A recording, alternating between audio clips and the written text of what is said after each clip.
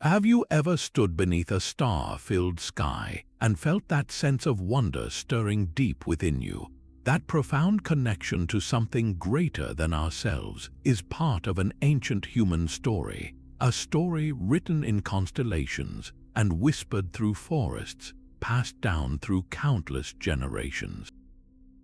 For as long as we have gazed upward at the moon or walked through shadowed groves, humanity has sought meaning in the mysteries of the cosmos and the natural world.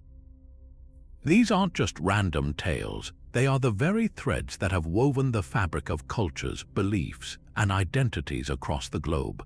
Today, we embark on a remarkable journey through 30 of the most enchanting myths ever conceived, stories born from the human need to explain the sun's journey, the moon's phases, the roar of thunder, and the silence of snowfall. From the dreamtime narratives of Aboriginal Australians to the epic sagas of Norse mythology, from the celestial dragons of East Asia to the sacred animals of the Americas, these myths transcend time and geography. They remind us that, though our languages and landscapes may differ, our curiosity and awe are beautifully, universally human. What you're about to experience is more than a list of stories. It's an invitation to rediscover the world through the eyes of our ancestors. A world where every river had its spirit, every star its legend, and every storm its god. Together, we'll wander through luminous night skies and ancient, echoing woods, unraveling tales of creation, transformation, love, and loss. These myths don't just belong to history, they live within us still, shaping how we see our place in this vast, mysterious universe. So settle in, open your imagination, and let's begin this journey into the heart of nature's greatest stories. Our journey begins in the cold, mist-shrouded realms of ancient Scandinavia, with a myth so vast it encompasses all of creation. Picture not just a tree, but an entire cosmic axis, an immense ash whose branches stretch into the heavens and whose roots delve into worlds beyond our own. This is Yggdrasil, the world tree, the central pillar of Norse cosmology that binds together the 9 distinct realms of existence. It is more than a tree, it is the very framework of the universe, a living, breathing entity upon which all life depends. Every part of this great tree teems with symbolism and story. High in its branches rests Asgard, the gleaming home of the gods, accessible only by the shimmering rainbow bridge Bifrost. Deep within its trunk lies Midgard, our world, the realm of humanity protected by the mighty god Thor. And coiling around its base is Jormungandr, the world's serpent, so enormous it encircles the entire earth and bites its own tail. But the tree is not alone in its grandeur. It is home to a host of fascinating creatures, an eagle perched at its highest peak, locked in a constant exchange of gossip and malice with a dragon, Nidhogg, who gnaws ceaselessly at its roots. Between them, the squirrel Ratatoska scurries up and down the massive trunk, eagerly delivering insults and fueling their eternal feud. This is not a peaceful symbol, but a dynamic, often violent, ecosystem reflecting the Norse understanding of a universe in constant struggle. The tree itself suffers, weeping honey dew from its leaves and groaning under the weight of its own cosmic significance. Its 3 great roots extend into 3 separate wells, each a source of profound power and wisdom. One waters Asgard, another, the Well of Fate, is guarded by the Norns who carve the destiny of gods and men into its bark, and the third brews in the chilling mist of the primordial realm of Niflheim. Yggdrasil's role reaches its terrifying climax in Ragnarok, the prophesied twilight of the gods. The tree itself will shudder and groan, its limbs shaking the foundations of every world as the dragon Nidhogg finally breaks free from its roots to join the final battle. It is the end of one cycle and, as the myths suggest, the silent beginning of another, with a new world tree rising from the waters for the survivors. This incredible myth shows us a world view where life, death, and destiny are all interconnected, literally rooted in the same sacred ground. From the great, groaning world tree of the north, we travel now to the sun-drenched shores of the Mediterranean, where a very different kind of creation story unfolds, one not of a unifying axis, but of violent succession and the raw, untamed forces of nature given form. The ancient Greeks looked at their world, a land of earthquakes, volcanic eruptions, and the unpredictable, storm-tossed sea, and they saw not serene order, but a divine family drama of breathtaking scale and passion. This is the story that begins not with a tree, but with a void, chaos, a yawning, formless nothingness from which the first primordial beings emerged. From this chaos came Gaia, the earth herself, solid and wide, the eternal mother of all life. And then came Tartarus, the deep, dreadful abyss of the underworld, and Eros, the compelling force of love and desire that would set everything in motion. Gaia, alone and powerful, gave birth to Uranus, the starry sky, but he was not a separate entity. He rose to cover her completely, embracing her on all sides, and from this union the first true generation of gods was born, the Titans. But this was not a happy family. Uranus, fearful of the power and strangeness of his own children, hated them on sight. He refused to allow them to be born, forcing them back into the deep, dark womb of the earth, causing Gaia immense agony. She groaned under the strain, her very body cramping with the pent-up power of her imprisoned offspring. In her suffering, she devised a cunning and brutal plan. She created a great, sharp-toothed sickle of adamant and appealed to her children for a champion. Only the youngest Titan, Cronus, had the courage to answer her call. He lay in wait, and when Uranus descended to cover Gaia once more, Cronus emerged with the sickle and committed the defining act of this age. He severed his father's genitals and cast them into the sea. From the blood that fell upon the earth, the Erinyes, the Furies, the giants, and the Meliae nymphs of the ash trees sprang forth, and from the foam that gathered around the flesh in the sea, the goddess Aphrodite, love and beauty born from a violent act, rose from the waves. This was more than just a tale of patricide. It was the Greeks' explanation for the very separation of the sky from the earth. No longer were they locked in a perpetual, suffocating embrace. Now there was space between them, air, light, and room for life to flourish. With Uranus overthrown, Cronus and his Titan siblings, the Cyclopes and the Hecatoncheires, the hundred-handed ones, were freed and ruled during a supposed golden age. But the cycle of violence was destined to repeat itself. Cronus, having learned tyranny from his father, was warned that he too would be overthrown by one of his own children. In a desperate attempt to cheat fate, he devoured each of his offspring at the moment of their birth. Hestia, Demeter, Hera, Hades, and Poseidon all met this grim end. But his wife, Rhea, grief-stricken and enraged, could not bear to lose another child. When her youngest, Zeus, was born, she wrapped a stone in swaddling clothes and tricked Cronus into swallowing it instead, hiding the infant god in a cave on Crete to be raised in secret.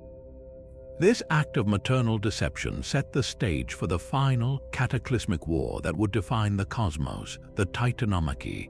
Zeus, grown to power, forced Cronus to disgorge his siblings, and together, this new generation of gods waged a 10-year war against the old order. The conflict was immense, shaking the very foundations of the world. Zeus unleashed the thunderbolts forged by the freed Cyclopes, Poseidon stirred the oceans, and Hades, with his helm of darkness, moved unseen. The Titans, for their part, piled mountain upon mountain in a desperate attempt to storm Olympus. This epic struggle was the Greek way of rationalizing the violent geology of their homeland.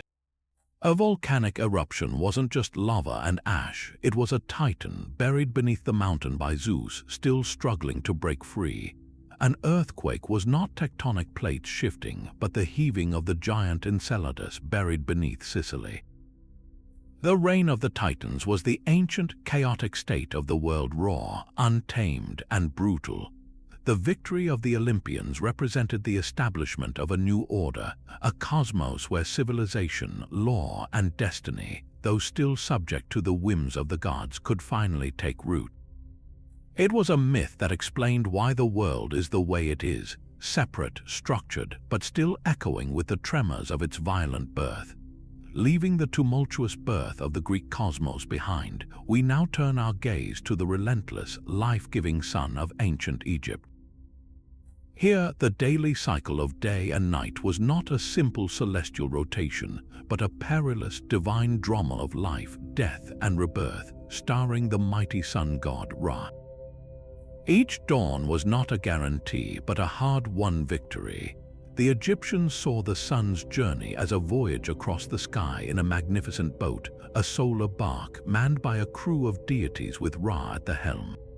His journey was a continuous loop of 12 hours of day and 12 hours of night, a 24-hour testament to his power and vulnerability. As the sun rose in the east, it was the god Khepri, the scarab beetle pushing the sun disk forward, who embodied the dawn, a symbol of transformation and renewal that the Egyptians saw in the humble dung beetle's relentless pushing of its ball. By midday, Ra was at his most powerful, depicted as a man with a falcon's head crowned by the sun disk, shining his full glory and heat upon the land of Egypt. But as evening approached, he transformed into the aged god Autumn, setting in the west and preparing for the most dangerous leg of his journey, the passage through the Juat, the Egyptian underworld. This was not a place of simple darkness, but a complex, mirrored realm of tunnels, caverns, and mysterious islands, populated by demons, spirits of the dead, and monstrous entities. The hieroglyph for the Juat was a star within a circle, representing this otherworldly, nocturnal landscape. For those 12 hours of night, Ra's bark would sail these treacherous rivers, and his mission was twofold: to bring light, air, and sustenance to the blessed dead who dwelled there, and to defeat the ultimate force of chaos, the serpent god Apophis. Apophis was the embodiment of Isfet, or disorder, a colossal, evil serpent of nothingness and dissolution who existed for one singular purpose: to stop Ra's journey and plunge the world into eternal chaos. Each night he would attack, attempting to swallow the solar bark and its divine crew.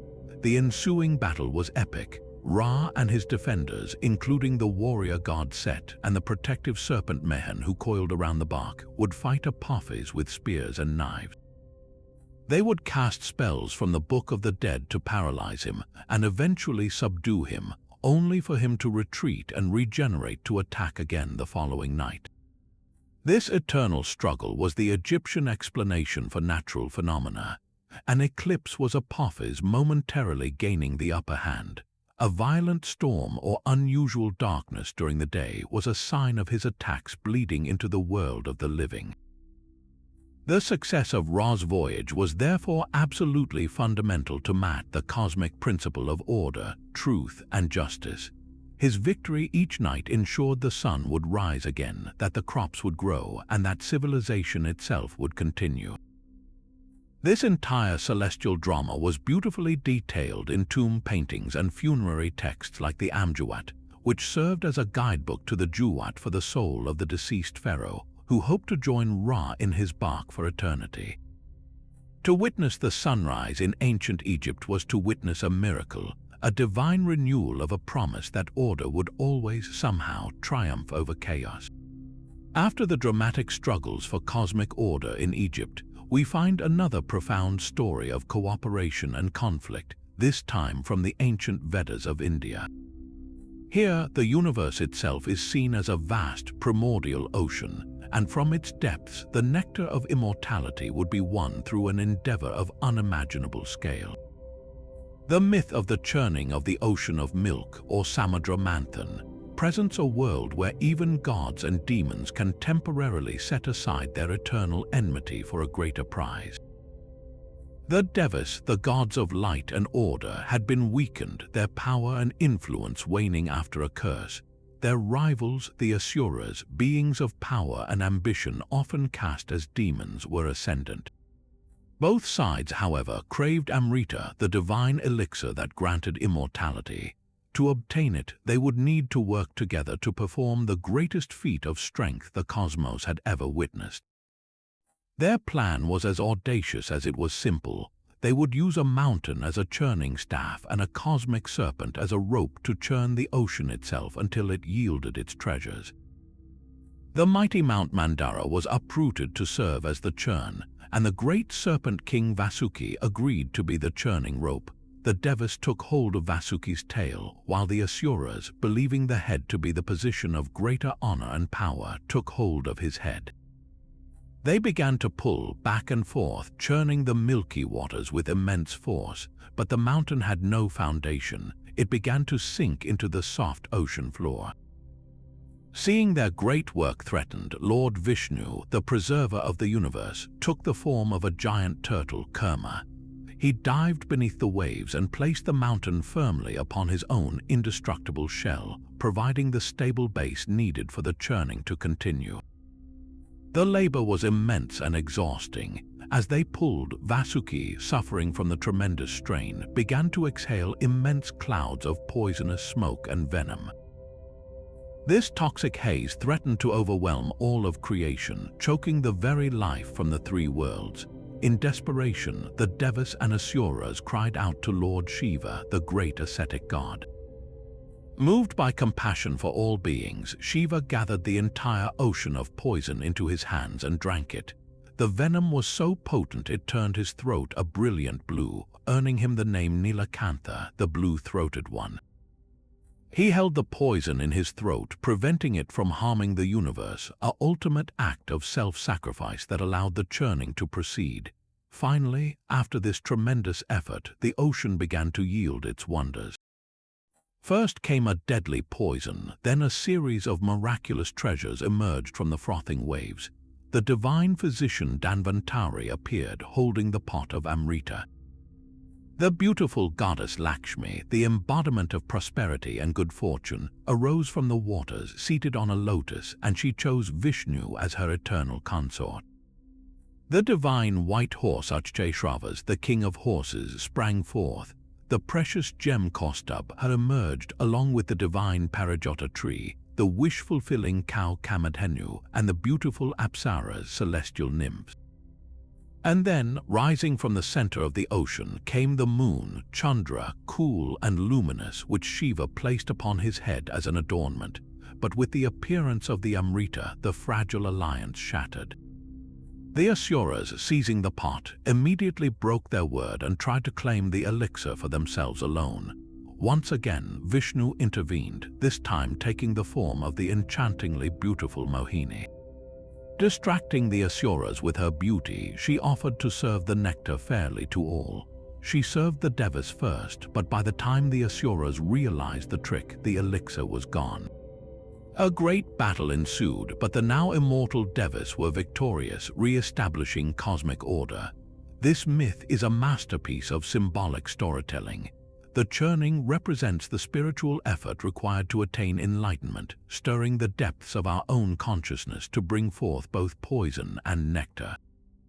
The cooperation between opposing forces illustrates that great creation often requires the tension between duality, good and evil, light and dark, effort and grace. The treasures themselves are metaphors for the rewards of such a struggle. Not just immortality, but also wisdom, beauty, art, medicine, and the very celestial bodies that light our night sky.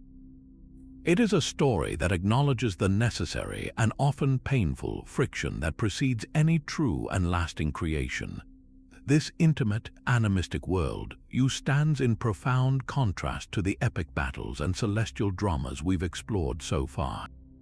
For the Aboriginal peoples of Australia, the creation of the world was not a singular event confined to a distant past, but a continuous, living process known as the dreaming or dream time. This is not a time that has passed, it is a sacred, eternal dimension that exists alongside our own, the source of all life and the template for all law. The landscape itself is the scripture of this belief system. Every rock, every waterhole, every mountain range is a page in an epic story written by the ancestral beings who roamed the formless earth in the beginning. These creator spirits, who could take the form of humans, animals, or both, emerged from the eternal dream and traveled across the barren continent, singing the world into existence. Their journeys, their conflicts, their loves, and their ceremonies literally shaped the terrain. A mountain might be the carcass of a giant creature they hunted. A river might be the path they carved as they searched for water. A cluster of rocks might be the eggs they left behind. One of the most powerful and widespread of these creator beings is the rainbow serpent, known by many names across different language groups: Wolunkwa, Kunmanga, or perhaps most famously, Yingana. This immense being is not merely a snake, but a generative, life-giving force. In the beginning, she slept beneath the flat, featureless earth.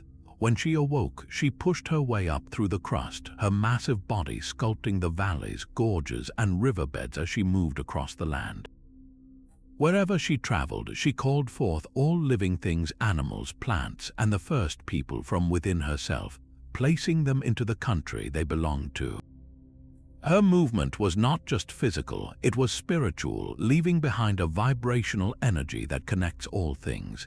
After she had shaped the world and populated it, she returned to the waterhole she had created, where she remained still, a guardian of the life-giving water and a sacred source of spiritual power.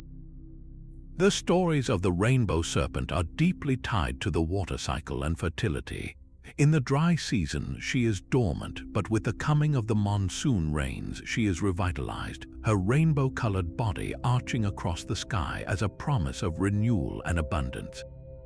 However, her power is dual-natured. She is both creator and destroyer, a bestower of life who can also bring devastating floods if her laws are broken or her sacred sites are disturbed. This is not a myth to be simply told, it is a reality to be lived. Knowledge of these songlines, the routes the ancestors traveled, is passed down through intricate song cycles, dances, and breathtaking rock and bark paintings that map the country and its stories. To walk the land is to walk through the dreaming.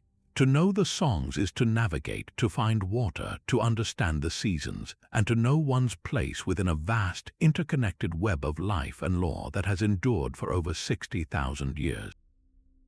It is a perspective that sees humanity not as separate from nature, but as an inseparable part of a living, breathing, sacred geography. Crossing the vast Pacific, we arrive in the lush, tropical lowlands of the ancient Maya, where the cosmos was envisioned not as a single tree, but as an intricate, multi-layered universe of profound order and symmetry. Theirs was a world meticulously arranged around the four cardinal directions, a concept so fundamental it infused every aspect of their existence, from the construction of their grand cities to the rituals of their daily lives. At the very heart of this organized chaos, both physically and spiritually, stood the immense and sacred ceiba tree, known to the Maya as Yaxchi, the green tree or first tree. Its roots plunged deep into the dark, watery underworld of Xibalba, a place of fear and tests for the soul. Its massive trunk rose through the middle world, the realm of human existence, the world we walk upon.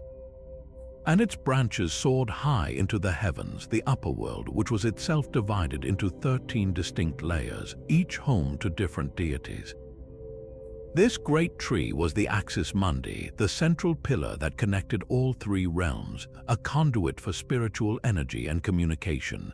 But the Maya cosmos was far more complex than a simple vertical structure.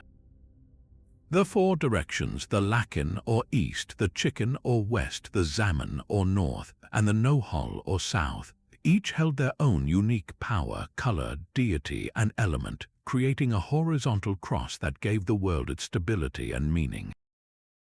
To the east, the direction of the rising sun was red. It was the place of birth and renewal, associated with the rain god Chok and the element of fire. The great city of Koba was a powerful eastern center. To the west, where the sun died each day, was black.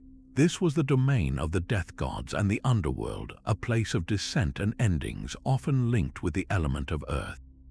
To the north, a direction of great ancestral power and coldness, was white.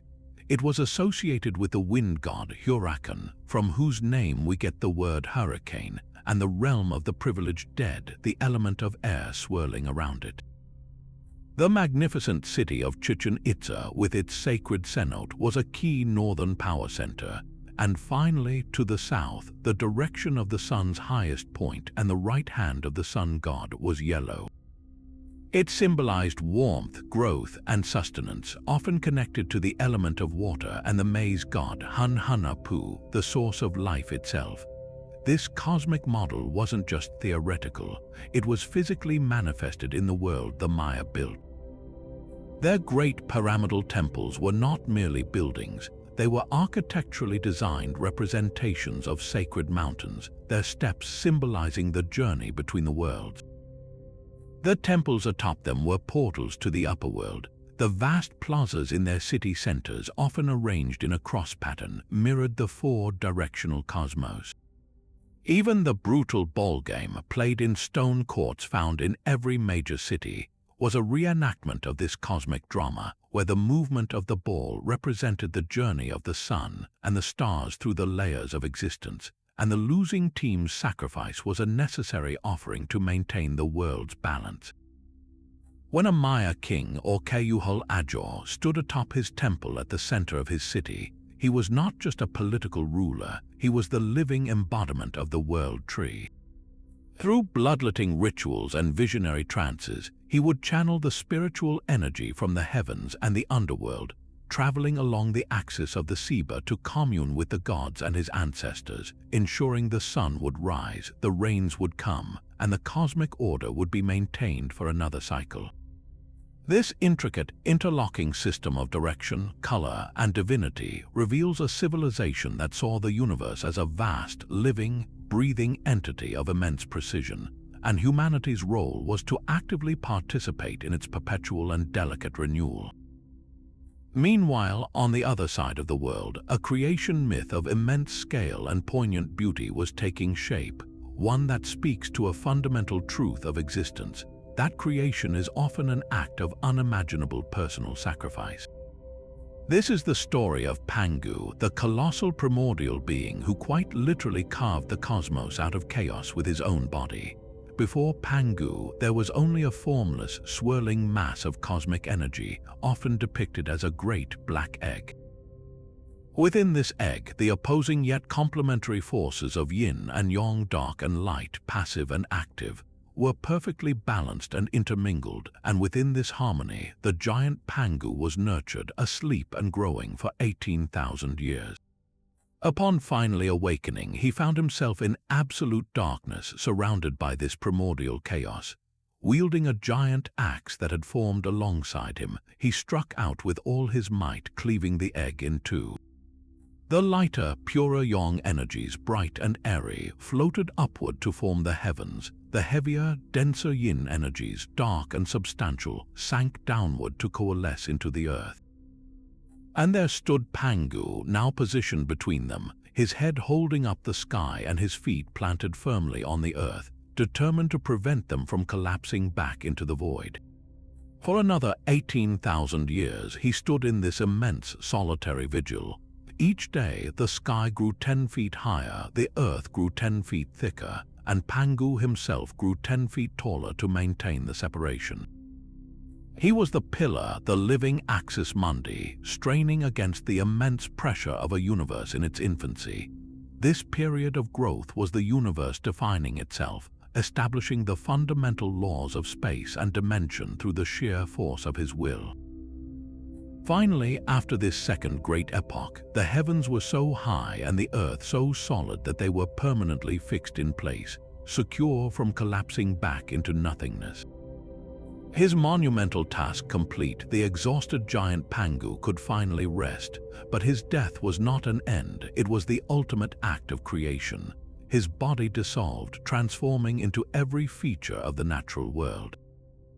His breath became the wind and the clouds that drift across the sky. His voice thundered across the new expanse, becoming the peals of thunder that announce a storm.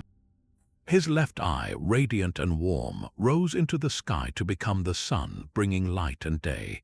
His right eye, cooler and gentler, became the moon, illuminating the night. His limbs and his torso rose up to become the 5 great sacred mountains of China, pillars that grounded the new world. His blood flowed out across the land, forming the great rivers, the Yangtze, the Yellow River, and all the waterways that would nourish civilization. His veins became the paths that crisscrossed the landscape, and his muscles transformed into the fertile fields. His skin and the hair of his body sprouted as the grass, the trees, and the forests that cover the earth. Even the fleas on his fur were said to have been carried by the wind, becoming the human beings who would populate this new world.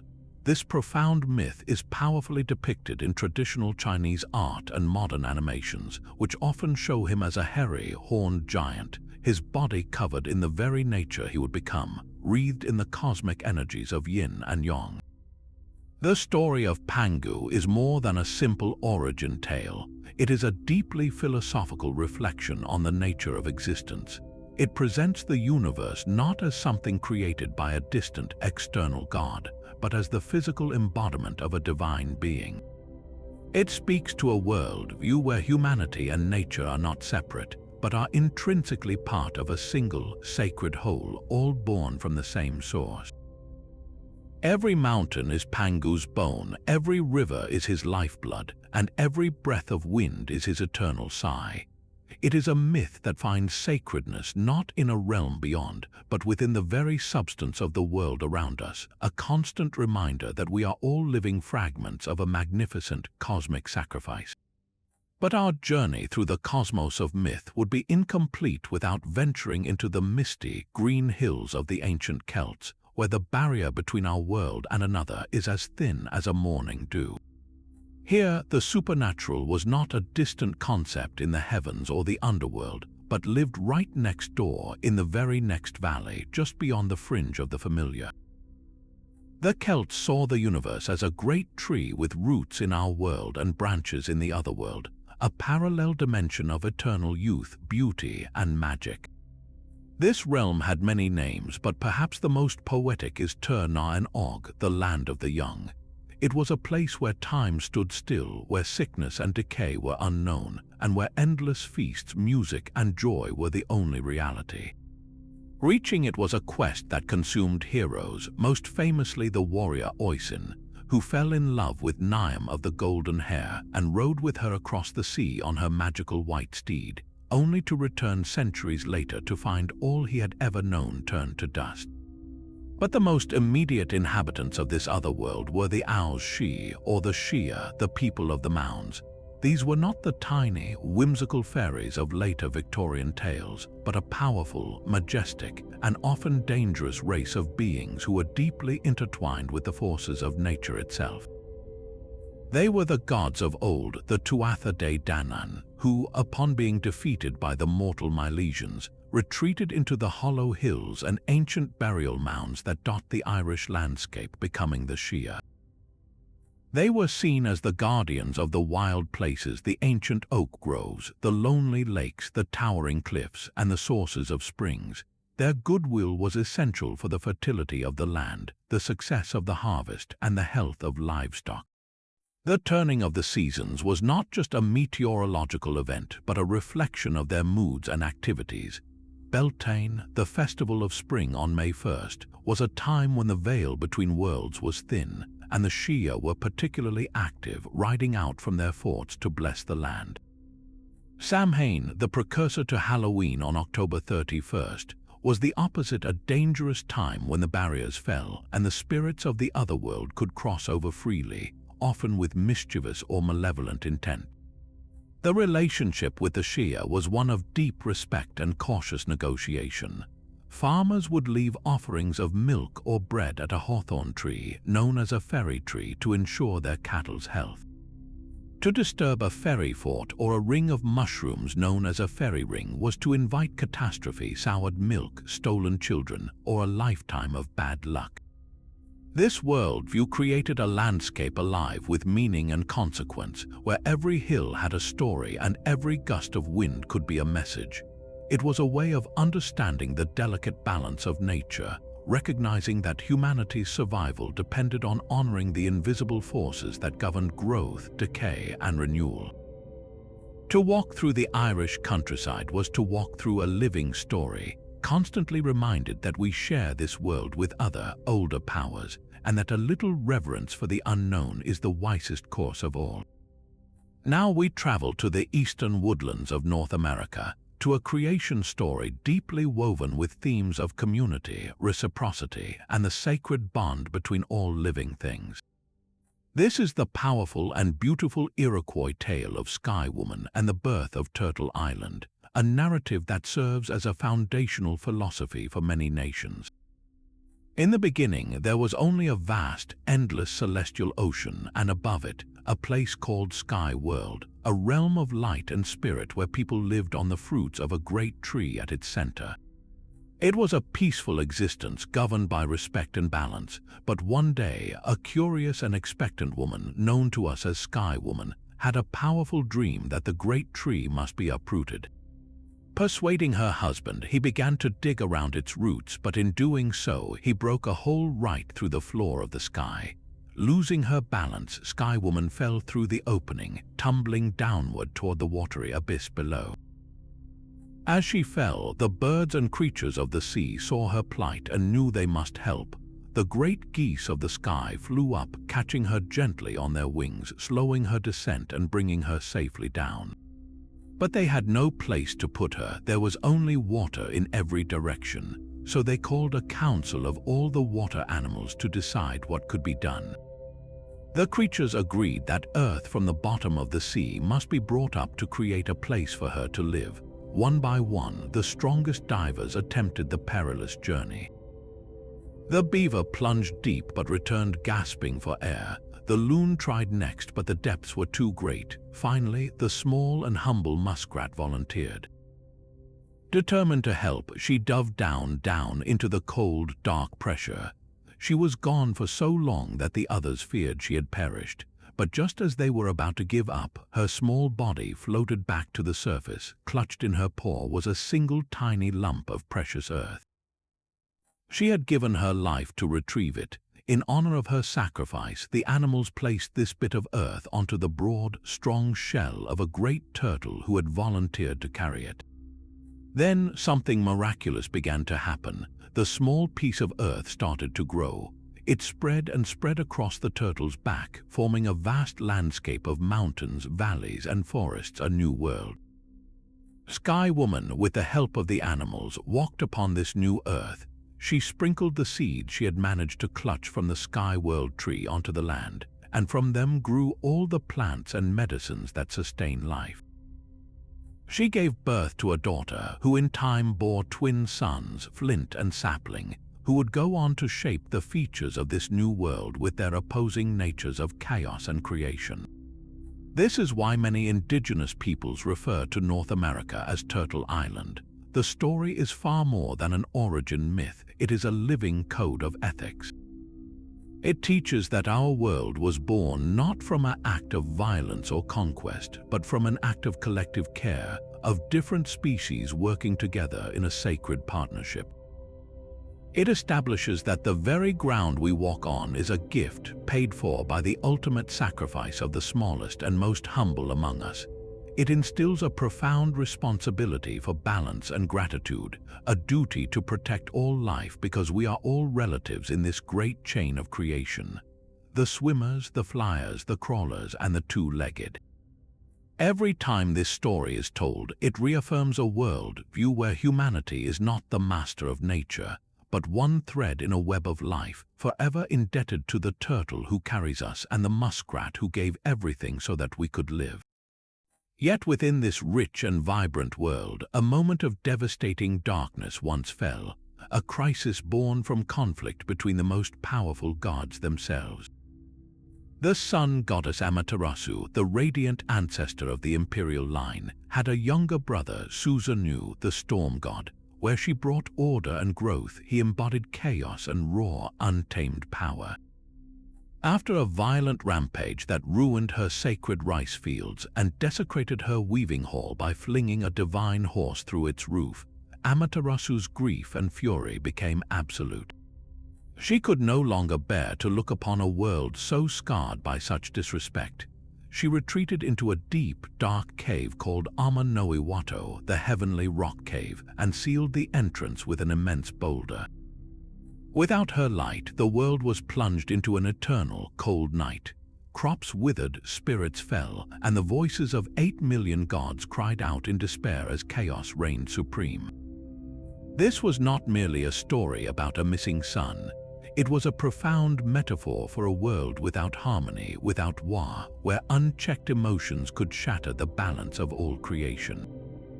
The gods gathered in a frantic council beside the tranquil river Ama-no-Yasukawa, their divine forms illuminated only by the weak, flickering light of countless torches, their faces etched with worry for a universe teetering on the brink of dissolution. It was the clever goddess of dawn and merriment, Aim-no-Uzume, who devised a plan to coax the sun back into the world. She began a joyous, ecstatic dance atop an upturned tub, her movements growing wilder and more captivating with each beat. As she danced, she loosened her garments, and the assembled gods roared with such laughter and delight that the very firmament shook. Hearing this incredible commotion from within her silent, self-imposed prison, Amaterasu's curiosity was piqued. What could possibly be so joyous in a world she had abandoned to darkness? She cracked the great stone door open just a sliver to peer out. In that instant, the mighty god Aim-no-Tajikarau, who had been lying in wait, seized the door and pulled it fully open. Another god held before her a magnificent mirror, the Yota no Kagami, crafted for this very purpose. Amaterasu, who had never seen her own radiant splendor, was captivated by the dazzling reflection in the mirror, mistaking it for a new, brilliant deity. As she stepped forward to investigate, the gods quickly strung a sacred rope, the Shaimnawa, behind her, preventing her retreat. Light and warmth flooded back into the world, life returned to the fields, and order was restored. This pivotal myth, central to Shinto belief, is eternally reenacted in the sacred Kagyura dance performed at shrines across Japan. It teaches that light can be coaxed from despair through community, artistry, and honest joy. The mirror, one of the 3 sacred imperial regalia, symbolizes self-reflection and the truth that our own inner light is the most powerful force we possess, even when we feel most hidden in the dark. Amaterasu's return is the ultimate renewal, a promise that after every period of darkness, the sun will always rise again. Across the endless blue expanse of the Pacific, where the horizon is a perfect circle and the stars are a sailor's only map, the journey of the sun was a matter of life and death. For the Polynesian peoples, master navigators who found islands like gems scattered across an ocean continent, the day was frustratingly, dangerously short. The sun, La, raced across the sky with such haste that there was never enough time, not enough time to finish the day's fishing, not enough time to cook a meal, not enough time to dry the precious topper cloth, and certainly not enough daylight for the epic voyages that defined their existence. Their hero, the great trickster and demigod Maui, looked upon his people's struggle and decided the sun's selfish speed could not stand. His solution was not a request or a prayer, but a brilliantly audacious act of celestial engineering. He wove a long, incredibly strong rope from the supple fibers of the coconut husk, a material his people knew intimately, and he enlisted the help of his brothers. Promising a great bounty of fish, he convinced them to journey with him to the great pit on the eastern horizon where the sun rose each morning, a place known as Haleakala, the House of the Sun. They arrived under the cover of night and lay in wait, hiding behind the volcanic rocks as the sky began to lighten. As the first brilliant edge of the sun crested the crater's rim, Maui's brothers, terrified by the immense heat and light, recoiled. But Maui stood firm. He lassoed the sun's fiery rays with his unbreakable cord, snaring it like a wild animal. The sun, enraged and roaring, fought against its bonds, but Maui, drawing on his divine strength, held fast. With his magical fishhook, Manaiakalani, which he had once used to pull the Hawaiian Islands from the sea, he began to strike the sun's face, not to destroy it, but to demand a negotiation. He did not seek to stop the sun's journey entirely, for that would doom the world, but to force it to move at a more reasonable, humane pace. Beaten and humbled, the sun agreed to Maui's terms. For half the year, it would travel slowly across the sky, granting the long, luxurious days of summer. For the other half, it could move more swiftly, creating the shorter days of winter. This bargain gave humanity the balanced rhythm of the seasons we know today. This myth is a stunning testament to the Polynesian spirit of ingenuity and courage. It reflects a profound understanding of their environment, where the precise measurement of the sun's arc was critical for successful navigation. By slowing the sun, Maui gifted his people the essential hours needed to practice their crafts, to provide for their families, and most importantly, to explore. His feat is credited with making possible the great age of Polynesian migration, allowing the double-hulled voyaging canoes to travel thousands of miles across the open ocean under reliably long hours of daylight. It is a story that celebrates the human will to reshape the world for the betterment of all, to literally bend the laws of nature through bravery, cleverness, and a rope woven from the very plants that sustained their civilization. Yet for all his power, Gilgamesh was a man haunted by a terror far greater than any beast, the inevitable reality of his own death. The turning point came with the loss of his beloved friend, the wild man Enkidu, whom the gods had created as his equal and whom the gods then struck down with a punishing illness. Gilgamesh watched in helpless horror as the vibrant life drained from his companion, leaving behind only a silent, still body. For the first time, the mighty king was confronted with the cold, indiscriminate finality that awaits every human. He wept for 7 days and nights, refusing to bury his friend until a worm fell from Enkidu's nose, a brutal, physical sign of the decay that comes for us all. This moment shattered his worldview. If a hero as strong as Enkidu could die, then so could he. His grief curdled into a consuming, desperate fear that launched the first great epic quest in recorded history, a journey to find the secret of eternal life. He abandons his throne, shedding his royal finery to dress in animal skins, and sets out into the wilderness, determined to find Utnapishtim, the one mortal who had been granted immortality by the gods. His path takes him through the twin peaks of Mount Mashu, guarded by terrifying scorpion beings, and along the dangerous path of the sun through absolute darkness. When he finally reaches the far end of the earth and the garden of the gods, he meets the wife Siduri, who offers him the first piece of profound wisdom.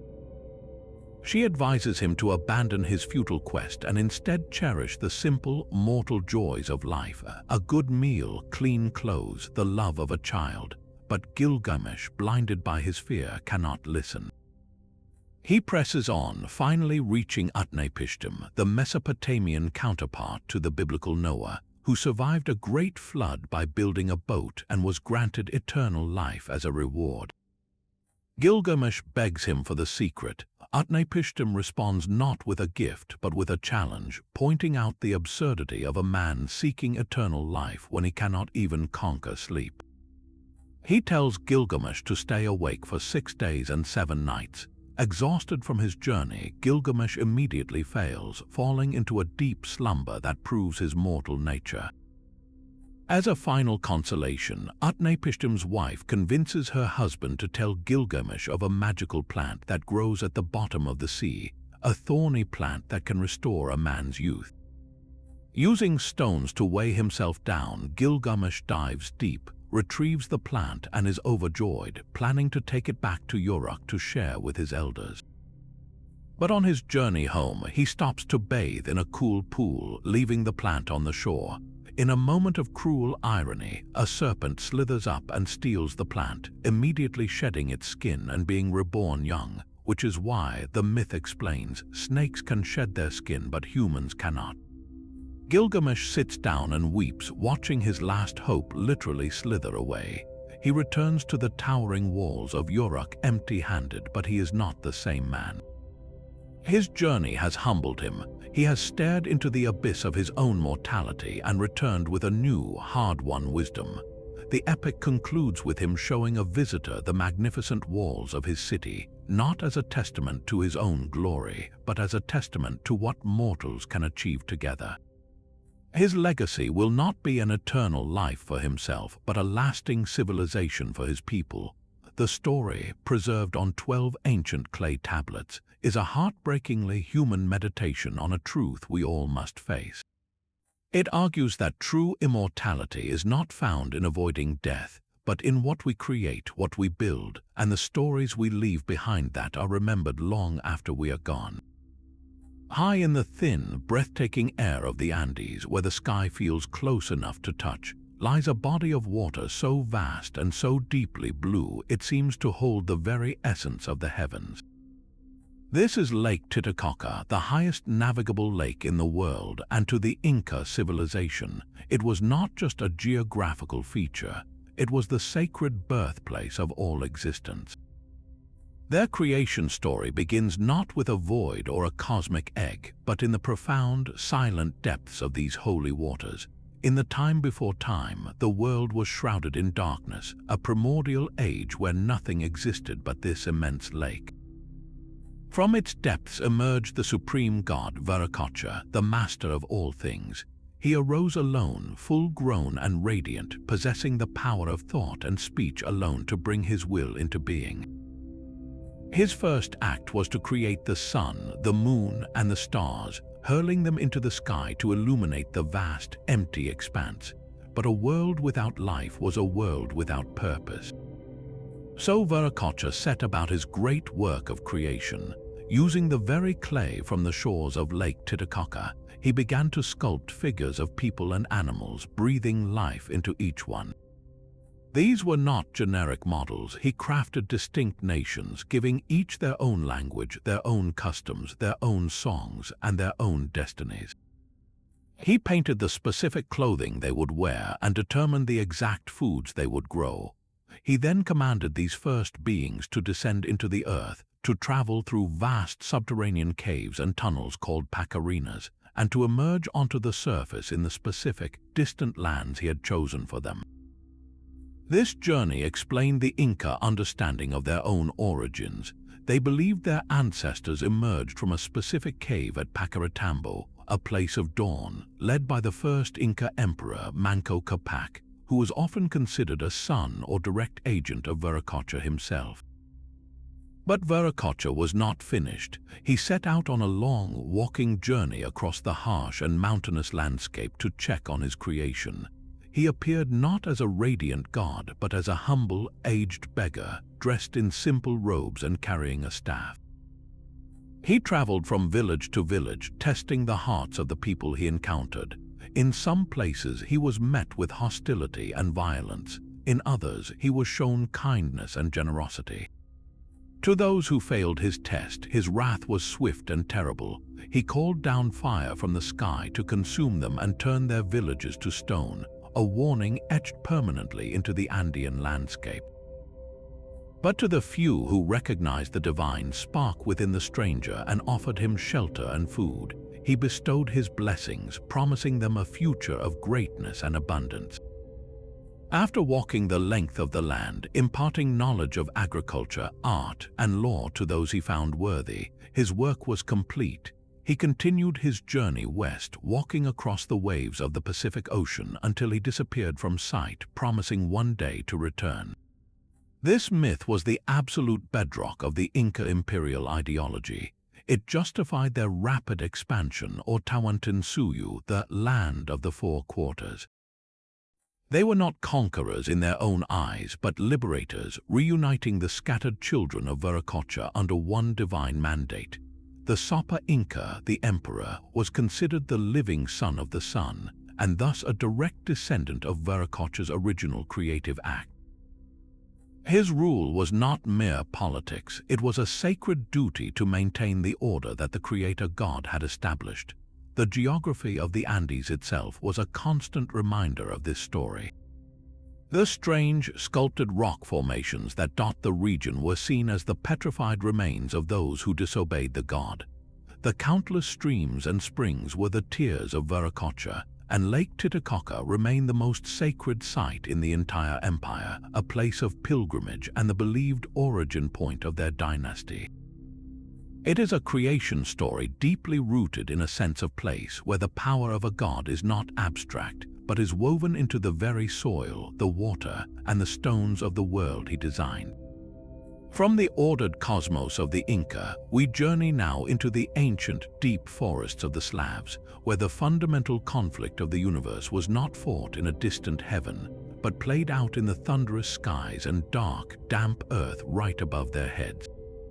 Their world was governed by a perpetual, dynamic struggle between two mighty, opposing forces: Perun, the formidable god of the sky, thunder, and lightning, and Veles, the cunning, chthonic god of the earth, waters, and the underworld. This was not a simple battle of good versus evil, but a necessary, cyclical clash between the celestial order above and the chaotic, fertile wilds below. Perun was the ultimate representation of structured power and patriarchal authority. He was often depicted as a vigorous, muscular man with a copper beard, armed with a mighty axe or a hammer that he would hurl to create the lightning strikes that split the sky. He was the patron of warriors and rulers, the enforcer of oaths and justice, and his domain was the high, open places, the hilltops, and the sacred oak groves. Veles, by contrast, was his perfect antithesis. He was the lord of all that was hidden, moist, and uncivilized. He was the master of cattle, wealth, and magic, a shape-shifting trickster who could appear as a bear, a serpent, or a shaggy, horned man. His realm was the Nav, the Slavic underworld, a damp, misty land of the dead located not far away, but just beyond the river or at the roots of the great world tree. The core of their myth is a relentless pursuit. Veles, in his serpentine form, would constantly attempt to steal something precious from Perun, often his cattle, his wife, or his children, symbolizing the underworld's attempt to claim the bounty of the heavens and the ordered world. He would then slither back to his watery lair or deep into the earth. Enraged, Perun would give chase, his fury manifesting as a tremendous thunderstorm. He would shatter trees with his lightning bolts and send torrents of rain to flood Veles's hiding places. The resulting storm was not an act of mindless destruction, but a divine cleansing and a reassertion of cosmic order. The lightning was Perun's weapon, striking at the chaotic force of Veles, and the thunder was the sound of their titanic battle echoing across the land. The rain that followed was a blessing, a life-giving gift that nourished the fields and ensured a bountiful harvest, a direct result of this conflict. This myth was the Slavic people's way of explaining the very weather patterns that dictated their agricultural lives. A spring storm was not merely a meteorological event, it was the dramatic reenactment of Perun's victory over Veles, breaking the hold of winter, a time associated with Veles's dominance, and bringing the world back to life. The folk art of the region is saturated with symbols of this eternal fight. Intricate wooden carvings on the eaves of houses often featured Perun's six-petaled flower or wheel symbol, a protective sign to ward off Veles's mischief. Conversely, symbols of Veles, like spirals and serpentine patterns, were carved into the foundations and near livestock pens to ensure his protection and favor for the wealth of the household. This beautifully illustrates the dual nature of their relationship. While they were opponents, both were essential. The people needed Perun's righteous strength and life-giving reign, but they also needed Veles's connection to the fertility of the earth and the wealth of their herds. The myth teaches that creation often arises from tension, that order and chaos are two sides of the same coin, and that the world is kept in a healthy, vibrant balance through their eternal, thunderous dance. But our journey does not end with the thunderous clashes of gods, for profound wisdom can also be spun from the most unlikely of sources, on the delicate, silken threads of a spider's web, glistening with the morning dew under the vast African sky. We venture now into the rich oral traditions of West Africa, to the world of the Ashanti people, where the ultimate trickster and master storyteller is not a god or a giant, but a small, clever spider named Anansi. Unlike the gods we've met who command the heavens, Anansi operates on a much more relatable scale, yet his stories often reach for the cosmos itself. He is a figure of fascinating contradictions. He is cunning yet often greedy, a bringer of wisdom who is also prone to hilarious failures. He is the ultimate underdog, using his wits instead of his strength to navigate a world full of larger, more powerful animals and even gods. Through his adventures, the Ashanti and related Akan peoples explained the natural world, taught moral lessons, and preserved their history, all while keeping everyone thoroughly entertained. Many of his most famous tales involve him trying to secure something of great value, not through force but through clever words and elaborate schemes. In one of the most pivotal stories, Anansi sets out to acquire all the stories in the world. The sky god, Niame, held them in a special wooden box, but he demanded a high price for them. Anansi must first capture 4 of the most dangerous and elusive creatures: Osibo the leopard of the terrible teeth, Emoboro the hornet whose sting is fire, Emosha the fairy whom men never see, and the great python who swallows men. It seemed an impossible task for a small spider, but Anansi's mind began to weave a plan as intricate as his own web. For the leopard, he dug a deep pit and covered it with brush. When the leopard fell in, Anansi convinced him that helping him out with a long vine was a new game, then quickly tied him up when he was vulnerable.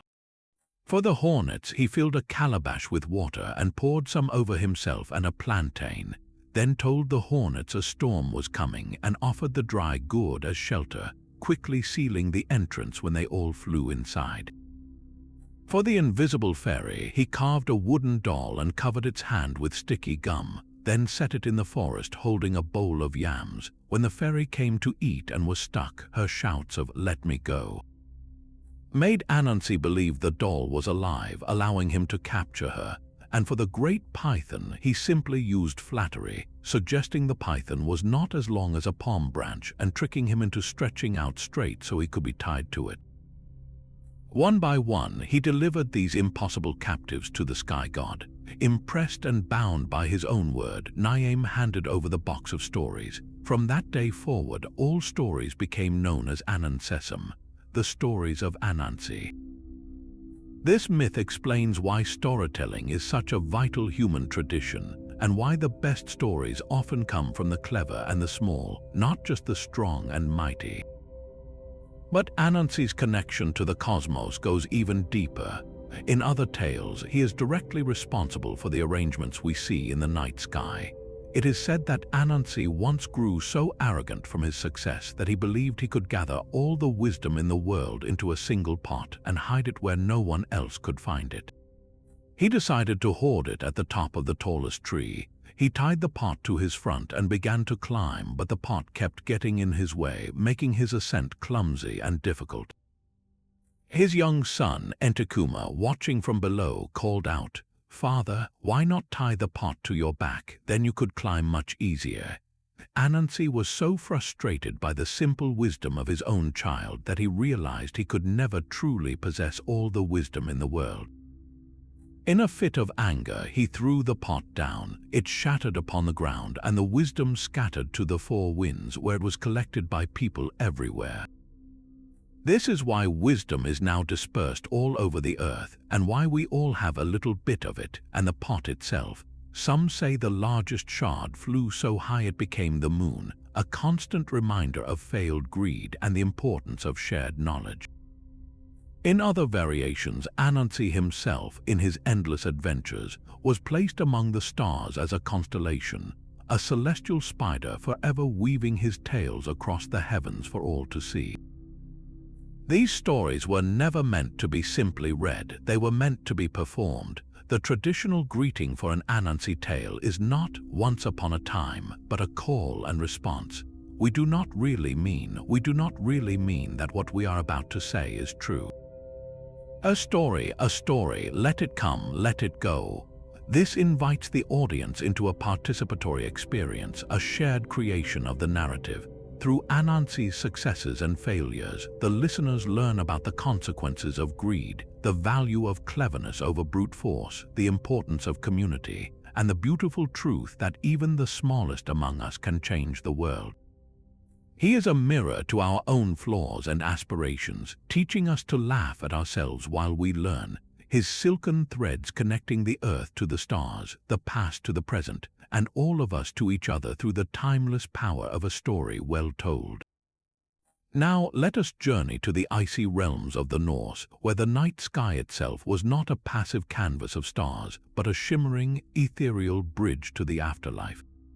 For the Vikings, the breathtaking, silent dance of the aurora borealis was far more than a natural wonder. It was a divine spectacle, a celestial projection of the final, glorious journey of their greatest heroes. They looked upon those swirling curtains of green and violet light and saw the armor of the Valkyries, the choosers of the slain. These were not delicate angels, but powerful, formidable shield maidens, daughters of Odin, sent by the All-Father himself to descend upon every battlefield. Their role was not to fight, but to observe, to make the most critical decision of a warrior's life and death. With unerring judgment, they would select the bravest, the most honorable, and the most skilled of those who had fallen in combat. These chosen Einherjar, the slain warriors, were then lifted from the blood-soaked ground by the Valkyries, their spirits guided on an invisible path through the frigid night air. And it was their passage that the living witnessed in the heavens.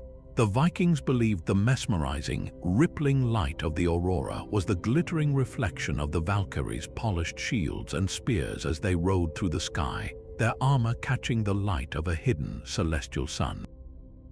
The shimmering, ethereal glow was the radiant trail left behind by their spectral forms, a path of light leading the honored dead westward across the sea and over the great rainbow bridge Bifrost to the golden halls of Valhalla. There they would feast and prepare for the final battle of Ragnarok, their eternal reward earned through courage and a good death. This interpretation was a perfect fusion of their environment and their beliefs. Living in latitudes where the auroras are most frequent and vivid, the Norse people wove this stunning and to them inexplicable phenomenon directly into the core of their spiritual worldview. It transformed the terror and randomness of battlefield death into a narrative of purpose and glory, a visible sign that the gods were watching and that valor would be recognized. Today, of course, we understand the science behind this magic. The auroras are caused by charged particles from the sun, carried on the solar wind, being drawn toward the poles by Earth's magnetic field. There, they collide with atoms of oxygen and nitrogen in our upper atmosphere. These collisions excite the atoms, and when they return to their normal state, they release that excess energy in the form of light, green and red from oxygen, and blue and purple from nitrogen. It is a magnificent cosmic physics experiment playing out 50 to 400 miles above our heads. Yet, knowing the precise wavelength of light emitted by an oxygen atom does nothing to diminish the profound sense of awe and wonder the lights inspire. If anything, the scientific explanation adds another layer of majesty to the Norse myth. The Vikings saw the armor of divine maidens. We see the breath of our own star, 93 million miles away, painting the sky after a long journey to meet our atmosphere. Both perspectives are, in their own ways, true.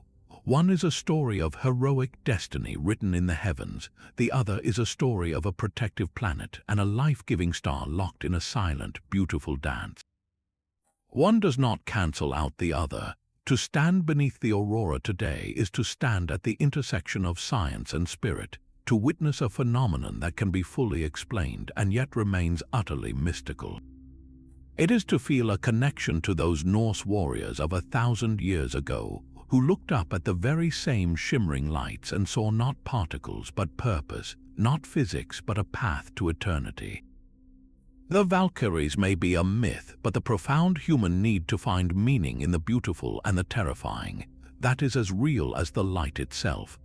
But our journey through the starry tapestry of human imagination brings us now to a tale written in the very heart of the winter sky, a story of hubris, fate, and a deadly rivalry that forever chases its own tail. For the ancient Greeks, the constellation of Orion, the hunter, was not just a random scattering of bright stars. It was a celestial monument to a giant whose pride ultimately sealed his doom. He was a figure of immense, nearly divine power, a son of Poseidon gifted with the ability to walk on water, and the greatest hunter the world had ever seen. With his loyal hunting dog Sirius at his heels and his gleaming sword belt of 3 stars, he roamed the earth, boasting that no creature could ever defeat him. This arrogance, this challenge to the natural order, did not go unnoticed. The earth itself, Gaia, grew furious at his declaration, or in some versions, the goddess of the hunt, Artemis, took offense at his boasts.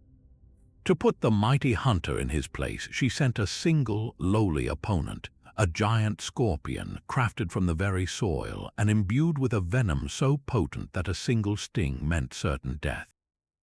The ensuing battle was not one of epic clashing titans, but a desperate, ground-level struggle.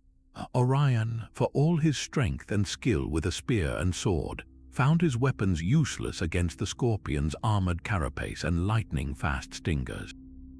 He could not strike it from a distance, nor could he crush it underfoot without risking a fatal wound. The scorpion, all instinct and lethal purpose, pursued him relentlessly, forcing the giant to flee across the sea, using his father's gift to run upon the waves. But there was no escape. The scorpion followed, skimming across the water's surface until it finally caught its prey and delivered its poisonous sting. Orion fell, his immense strength useless against the tiny assassin. Zeus, or in some accounts Artemis herself, looking down upon the scene, was moved. Perhaps it was pity for the hunter's tragic end, or perhaps it was a desire to immortalize the lesson of his hubris. In a moment of celestial justice, the king of the gods placed both hunter and scorpion in the night sky, but he placed them on opposite sides of the heavens, ensuring their eternal chase. As one constellation, Orion, sets in the west, the other, Scorpius, rises in the east, forever doomed to pursue each other across the celestial dome without ever meeting. A perpetual reminder that no mortal, no matter how powerful, is greater than the forces of nature. This myth served a deeply practical purpose for Greek navigators and farmers. The seasonal dance of these constellations marked the turning of the year. When Scorpius rose prominently in the summer sky, its venomous presence was associated with the scorching, unhealthy heat of the season. When Orion returned to dominate the crisp winter nights, he signaled a time for hunting and preparation. The Greeks didn't just see pictures in the stars, they saw their history, their warnings, and their calendar, all mapped out in a grand, cosmic story written for those who knew how to read it. Yet even the moon, that serene and constant companion in our night sky, has a story of passion and consequence woven into its very being. In the intricate tapestry of Hindu mythology, the moon is not a cold, dead rock, but a deity Chandra, a god of immense beauty, medicine, and plants, whose personal drama explains the rhythmic waxing and waning we observe every month. His story begins with a cosmic marriage of astonishing scale. He was wed not to one, but to 27 wives, who were themselves the 27 daughters of the great sage Daksha Prajapati. These 27 women are far more than characters in a divine soap opera.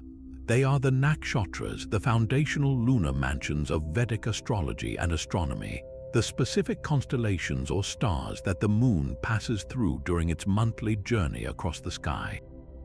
In an ideal world, Chandra would have divided his time equally among them, spending one day with each wife as he moved through her corresponding star zone, maintaining a perfect balance of affection and cosmic order. But the heart, even a divine one, is not always fair. Despite having 26 other magnificent consorts, Chandra developed an overwhelming, exclusive passion for just one of his wives, Rohini, the nakshatra symbolized by a cart and represented by the bright star Aldebaran. She was renowned for her extraordinary beauty and charm, and for Chandra, no other could compare. He became so utterly enamored that he abandoned his duties to his other 26 wives, spending all of his time and lavishing all of his luminous light solely on Rohini. The other daughters of Daksha, once cherished, were now left in cold, bitter darkness, neglected and humiliated. They endured this slight for a time, but eventually their sorrow turned to righteous anger. They went together to their father, the powerful sage Daksha, and presented their grievance. Daksha was furious at this blatant disrespect and the imbalance it created. He confronted Chandra and commanded him to stop his favoritism and honor his commitments to all his wives equally. But Chandra, lost in his infatuation, refused to listen. He would not give up Rohini. Enraged by this defiance, Daksha laid a horrific curse upon the moon god. He would gradually waste away, his brilliant form diminishing bit by bit until nothing remained. Almost immediately, the curse took effect. Chandra began to fade. As his light dwindled, so too did the vitality on earth. Plants began to wither, medicines lost their potency, and the world grew colder. Panicked and weakened, Chandra realized the gravity of his error. He appealed to the other gods and then to Lord Shiva, the great ascetic, for a solution. Moved by Chandra's desperation and understanding the catastrophic consequences for the world if the moon vanished entirely, Shiva interceded. He could not completely revoke the curse of such a powerful sage, but he could modify it. He decreed that Chandra would indeed wane, but only for 15 days. After reaching a point of near-complete disappearance, he would then be rejuvenated and begin to wax again for the next 15 days, creating an eternal cycle of decay and renewal. This compromise saved all of creation and gave us the phases of the moon we know today. The dark moon, or Amavasya, represents the depths of his curse, while the full moon, Purnima, is the pinnacle of his regained glory and his brief, joyful reunion with his beloved Rohini. This myth is not merely a story, it is a sophisticated allegory deeply embedded in Indian culture.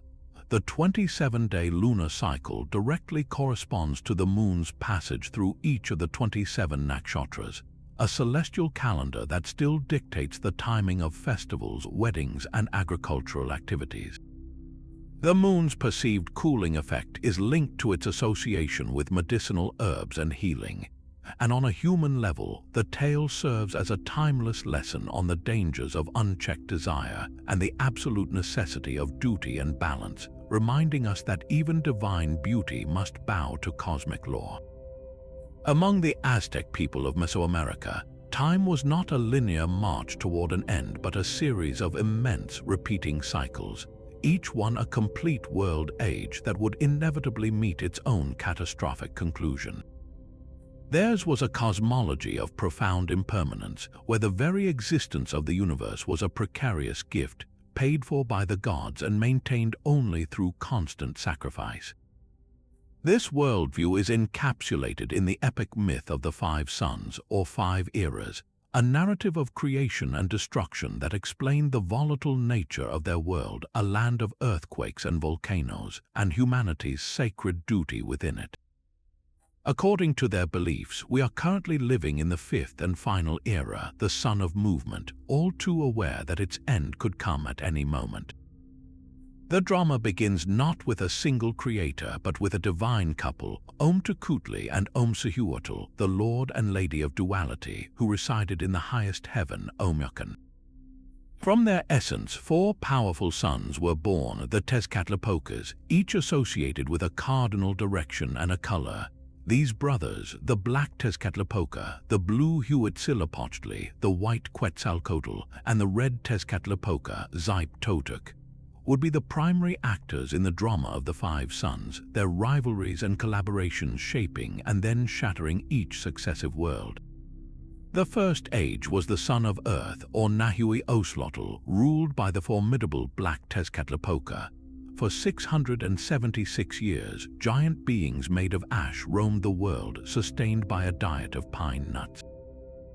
But this era was not to last. Tezcatlipoca's rival, Quetzalcoatl, the feathered serpent god of wind and wisdom, struck him from the sky. In his humiliation, Tezcatlipoca transformed into a gigantic jaguar, and together with a horde of other jaguars, he descended upon the world, devouring every single one of the giant inhabitants. The first sun was destroyed by jaguars and the world went dark. From the ashes of that first cataclysm, a new world was born, the son of wind, Nahui-ehekatl. This second era was given to Quetzalcoatl as its ruler. Humanity was recreated, and this time they survived on the seeds of the mesquite tree.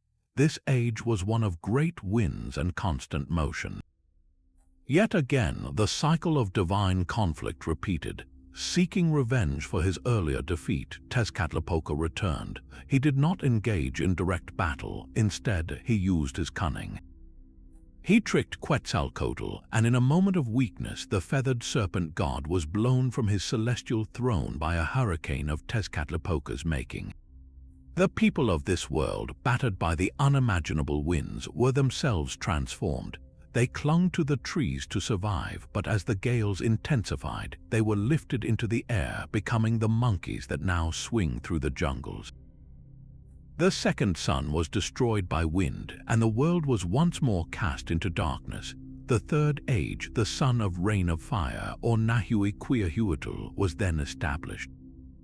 Its patron was Tlaloc, the great and often temperamental god of rain and water. Under his rule, a new race of humans emerged who subsisted on a grain known as Enchanting. For a time, Tlaloc provided life-giving rains, but the balance was shattered when Quetzalcoatl, perhaps still smarting from his own loss, intervened. He grew furious with Tlaloc and decided to punish him. In an act of divine retribution, Quetzalcoatl summoned a rain not of water but of fire. He commanded the volcano Zucotl to erupt, sending a torrent of molten rock and blazing ash upon the world. The rainfall of fire consumed everything. The people of this era did not simply die. They were transformed into turkeys, dogs, and butterflies. To make the catastrophe absolute, Tlaloc himself responded with a final, devastating downpour of actual rain, which mixed with the ash and lava to create a flood of boiling mud that smothered the landscape. The third sun was destroyed by a fiery rain, and the world fell silent. Hope seemed to return with the fourth age, the sun of water, Nahui-atl. This era was given to Tlaloc's sister, the goddess Chalchutlicue, she of the jade skirt, a benevolent deity of lakes, streams, and flowing waters. She ruled with kindness, and for 52 years her waters nurtured a new humanity who lived on Acacili, a wild aquatic grain. This period was a golden age of abundance and peace. But the cosmic cycle of destruction could not be denied. For reasons that remain mysterious in the telling, some say it was the machinations of Tezcatlipoca. Yet again Chalchutlicue was overcome with a profound and endless sorrow. She wept great, ceaseless tears that flooded the entire world. The heavens themselves collapsed, pouring down upon the earth until the mountains were submerged and all human life was drowned or transformed into fish. The fourth sun was destroyed by water, and the world was left as a vast, empty ocean. This brought the gods to a moment of crisis and profound decision. The cycle of creation and destruction had to continue, but a new sun and a new humanity required a sacrifice of unimaginable magnitude. The gods gathered in the sacred city of Teotihuacan in the absolute darkness that followed the Great Flood. They knew a new sun must be born, but it would require one of them to leap into a giant, divine bonfire and become the new celestial body. Two gods volunteered, the proud and rich Tecusistecatl, and the humble, diseased, and poverty-stricken Nanahuatzin, who was covered in boils. Tecusistecatl made a grand offering of precious quetzal feathers, gold bars, and coral, while Nanahuatzin could only offer his own pus-covered scabs and the green reeds he carried. When the time came to jump into the flames, the proud god Tecusistecatl hesitated 4 times, frozen by fear. But the humble Nanahuatzin, without a moment's pause, gathered his courage and flung himself into the blaze, transforming instantly into a brilliant, radiant sun. Shamed by this act of ultimate courage, Tecusistecatl finally leaped in after him, becoming a second, equally bright sun. The gods watched in horror. A world with 2 suns of equal power was an impossibility. The heat would be unbearable. So one of the gods took a rabbit and threw it into the face of Tecusistecatl, dimming his brilliance, turning him into the moon, whose surface still bears the mark of the rabbit. But the new sun, Nanahuatzin, refused to move across the sky. It hung motionless, demanding a final, terrible payment. The other gods realized that for the sun to move, for this fifth and final age to begin, it required their own life essence as fuel. In an act of collective obligation, the great god Quetzalcoatl, using a blade of sacrificial flint, cut out the hearts of every single god present, offering them to the sun. Nourished by this divine sacrifice, the sun of movement, Nahui Olan, finally began its journey across the sky, creating the cycle of day and night. This act established the fundamental principle of the current world, that life could only be sustained by sacrifice. This is why the Aztecs practiced human sacrifice. They were merely repaying the debt owed to the gods. They were literally feeding the sun with the most precious energy they possessed, human heart's blood, to ensure it had the strength to continue its journey and stave off the final, inevitable destruction. This fifth sun, they believed, will ultimately be destroyed by a great earthquake, a cataclysm of movement that will bring this precarious era to a close, completing the cycle once more. From the violent and cyclical sacrifices demanded by the Aztec sun, we journey now into the deep, misty woodlands of ancient Gaul and the British Isles, where a different kind of power presided, one that was not appeased with blood, but celebrated with the quiet, abundant life of the forest itself. Here we encounter a deity who embodies the wild, untamed heart of nature, Cernunnos, the horned god. Unlike the gods of Olympus or Asgard, who ruled from lofty palaces, Cernunnos' throne was a mossy stone. His court was composed of stags and serpents, and his cathedral was the endless green expanse of the primeval woods. He is a figure of fascinating contradictions, a god of life and fertility who is also the lord of the underworld and the cycle of death and rebirth, a master of beasts who is also a symbol of profound peace. Our most famous depiction of him comes from the 1st century Gundestrup cauldron, a magnificent silver vessel discovered in a Danish peat bog.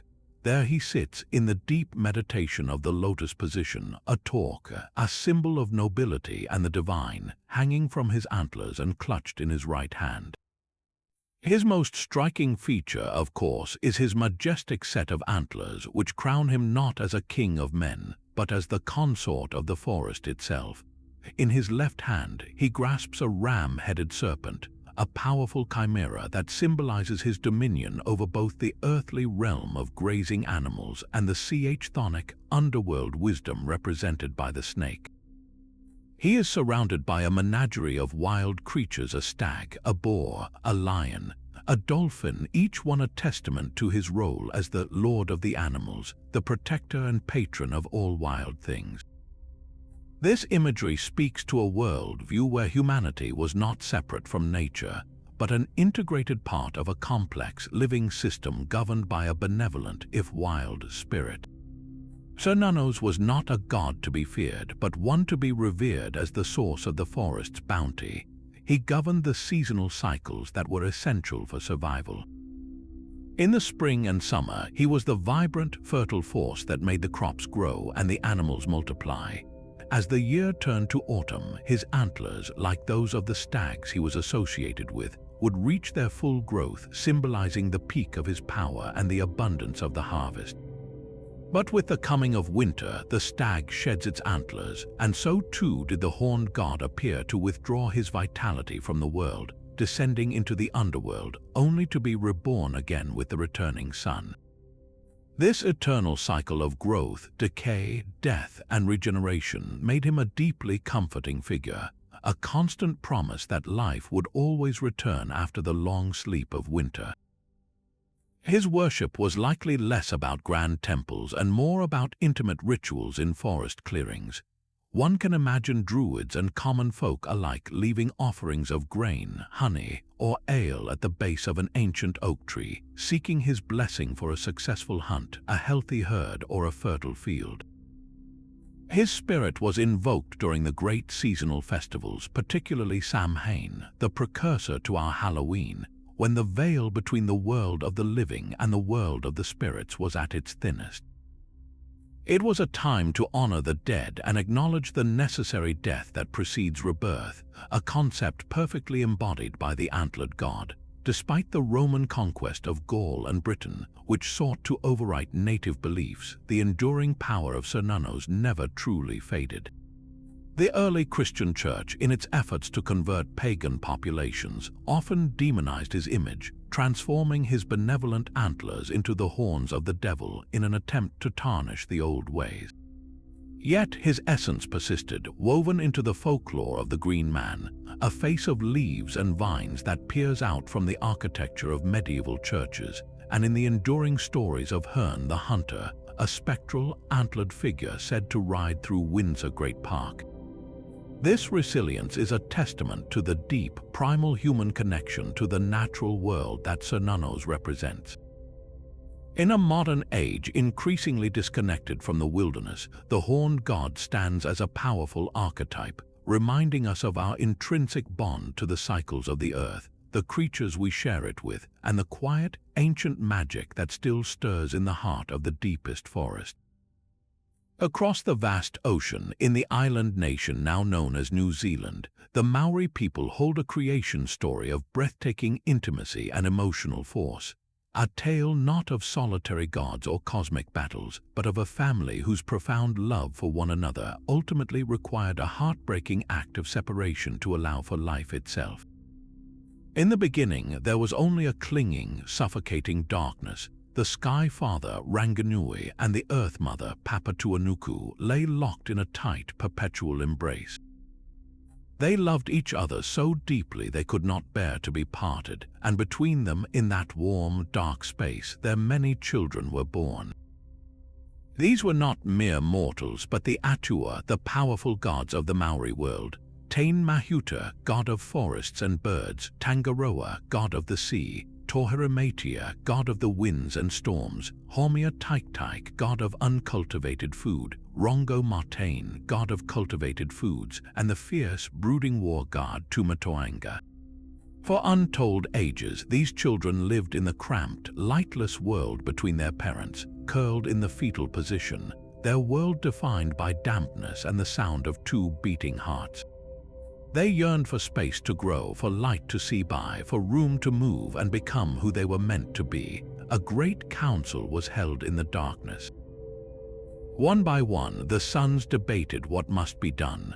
Tumatoanga, the fiercest, argued for the most violent solution. They should simply kill their parents to secure their freedom. But the others recoiled at this idea. However desperate their situation, they could not commit such a terrible act against Ranginui and Papatuanuku, who had given them life. So they decided to try and push them apart. Rongo Martain, the god of peace and agriculture, tried first. He placed his shoulders against his mother and his feet against his father and pushed with all his might. He strained until his muscles screamed, but the embrace would not yield. Tangaroa, god of the sea, and Homia Taik, god of wild foods, tried next, but they too failed to create even a sliver of space. The task seemed impossible. Then it was the turn of Tain Mahuta, the god of the forest. Instead of standing upright like his brothers, he laid upon his back, his powerful legs drawn up to his chest, his feet planted firmly against his father, Ranginui. With a slow, immense and steady pressure, he began to push. He pushed not with the explosive anger of a warrior, but with the patient, relentless strength of a growing tree. He pushed for hours, then days, his muscles groaning like ancient timber. And then, with a sound that would echo through all of time, the sacred bond was broken. Ranginui was forced upward into the heavens and Papatuanuku remained below, and for the very first time, Tiao Marama, the world of light, streamed into the space between them. The children could finally stand tall, stretching their limbs and blinking in the dazzling, terrifying brightness. But this moment of liberation was also a moment of immense sorrow. As Ranginui was forced into the sky, he and Papatuanuku cried out in anguish for each other. their grief a tangible force in the new world. Ranganui's tears fall to this day as the morning dew, and Papatuanuku's sighs rise from the warm ground as the mist. Their sorrow is a permanent feature of the world they created. Not all the children agreed with this new world. Toheramatia, the god of winds and storms, had been vehemently opposed to the separation. He was enraged at his brothers for causing such pain to their parents. In his fury, he followed his father into the sky, and from there he unleashed his vengeance.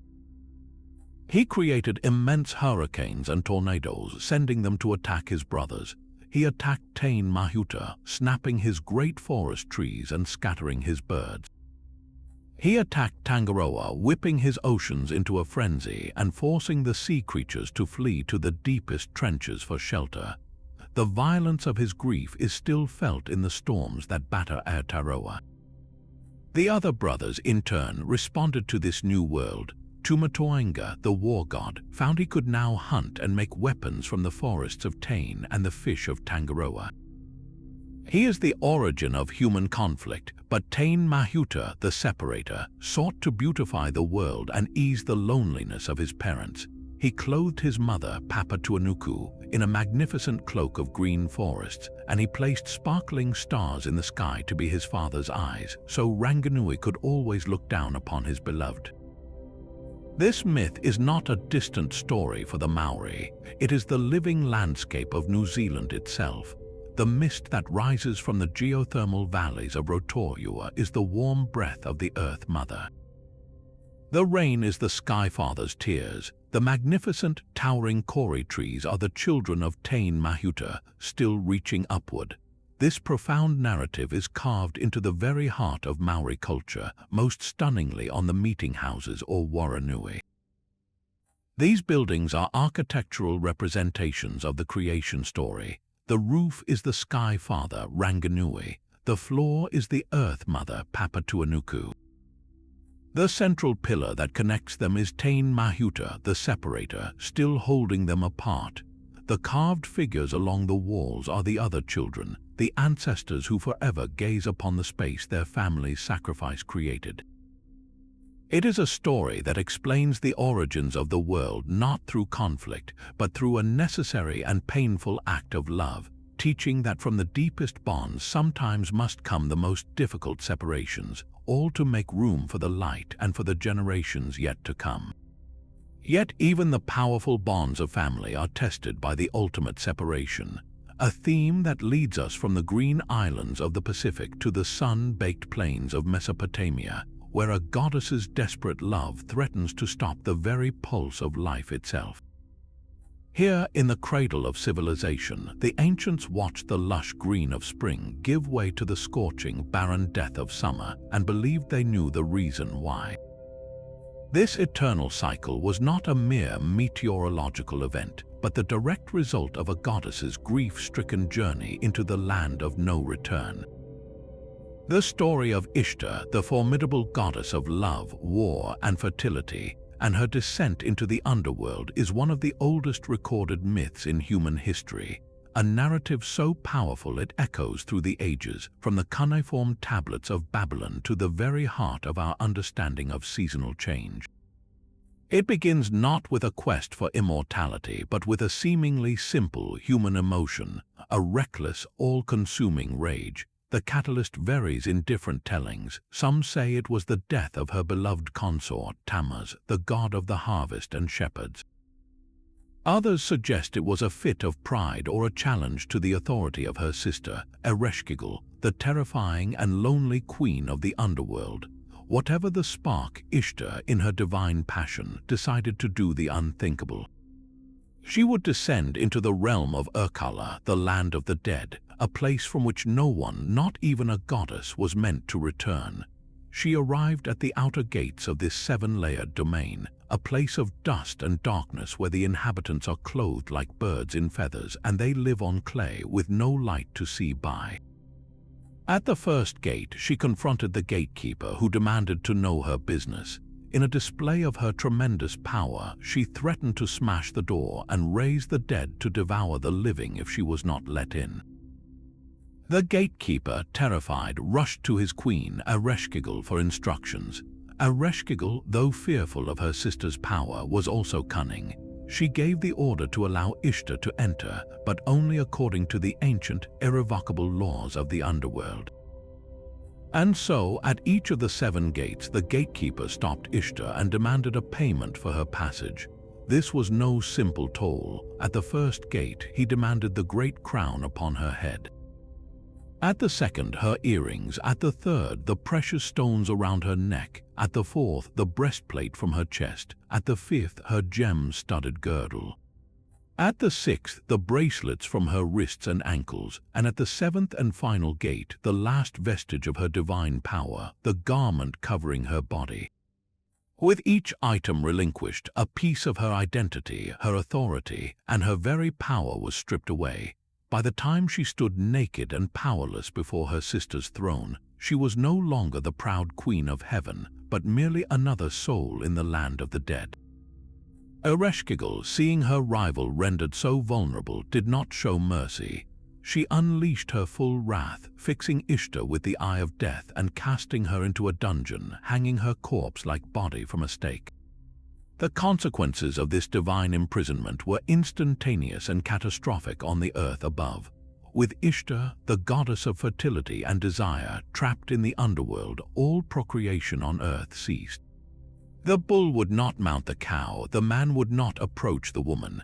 The land itself became barren, plants withered, animals failed to bear young, and the world was plunged into a sterile, silent stasis. The other gods watched in growing horror as life itself began to flicker and die. Finally, the wise god E, the god of water and wisdom, intervened. He created Su-Shunamir, a being of supreme beauty and ambiguity, neither male nor female, and sent this messenger to the underworld. Su-Shunamir used their charm and clever words to appeal to Ereshkigal, who, in a moment of weakness, granted a request. The being asked for the waters of life to revive Ishtar. Enraged at being tricked but bound by her own word, Ereshkigal commanded her servant to sprinkle Ishtar with the water of life. Revived, Ishtar was then led back through the 7 gates, and at each one her belongings were returned to her. She emerged from the underworld whole once more, followed by a train of spirits, including, in some versions, her beloved Tammuz, who was allowed to return to the world of the living for half of each year. Her return restored fertility to the land, bringing back the spring and the joyous noise of life. This myth was the Mesopotamian explanation for the harsh, unforgiving summer and the joyful return of the spring rains.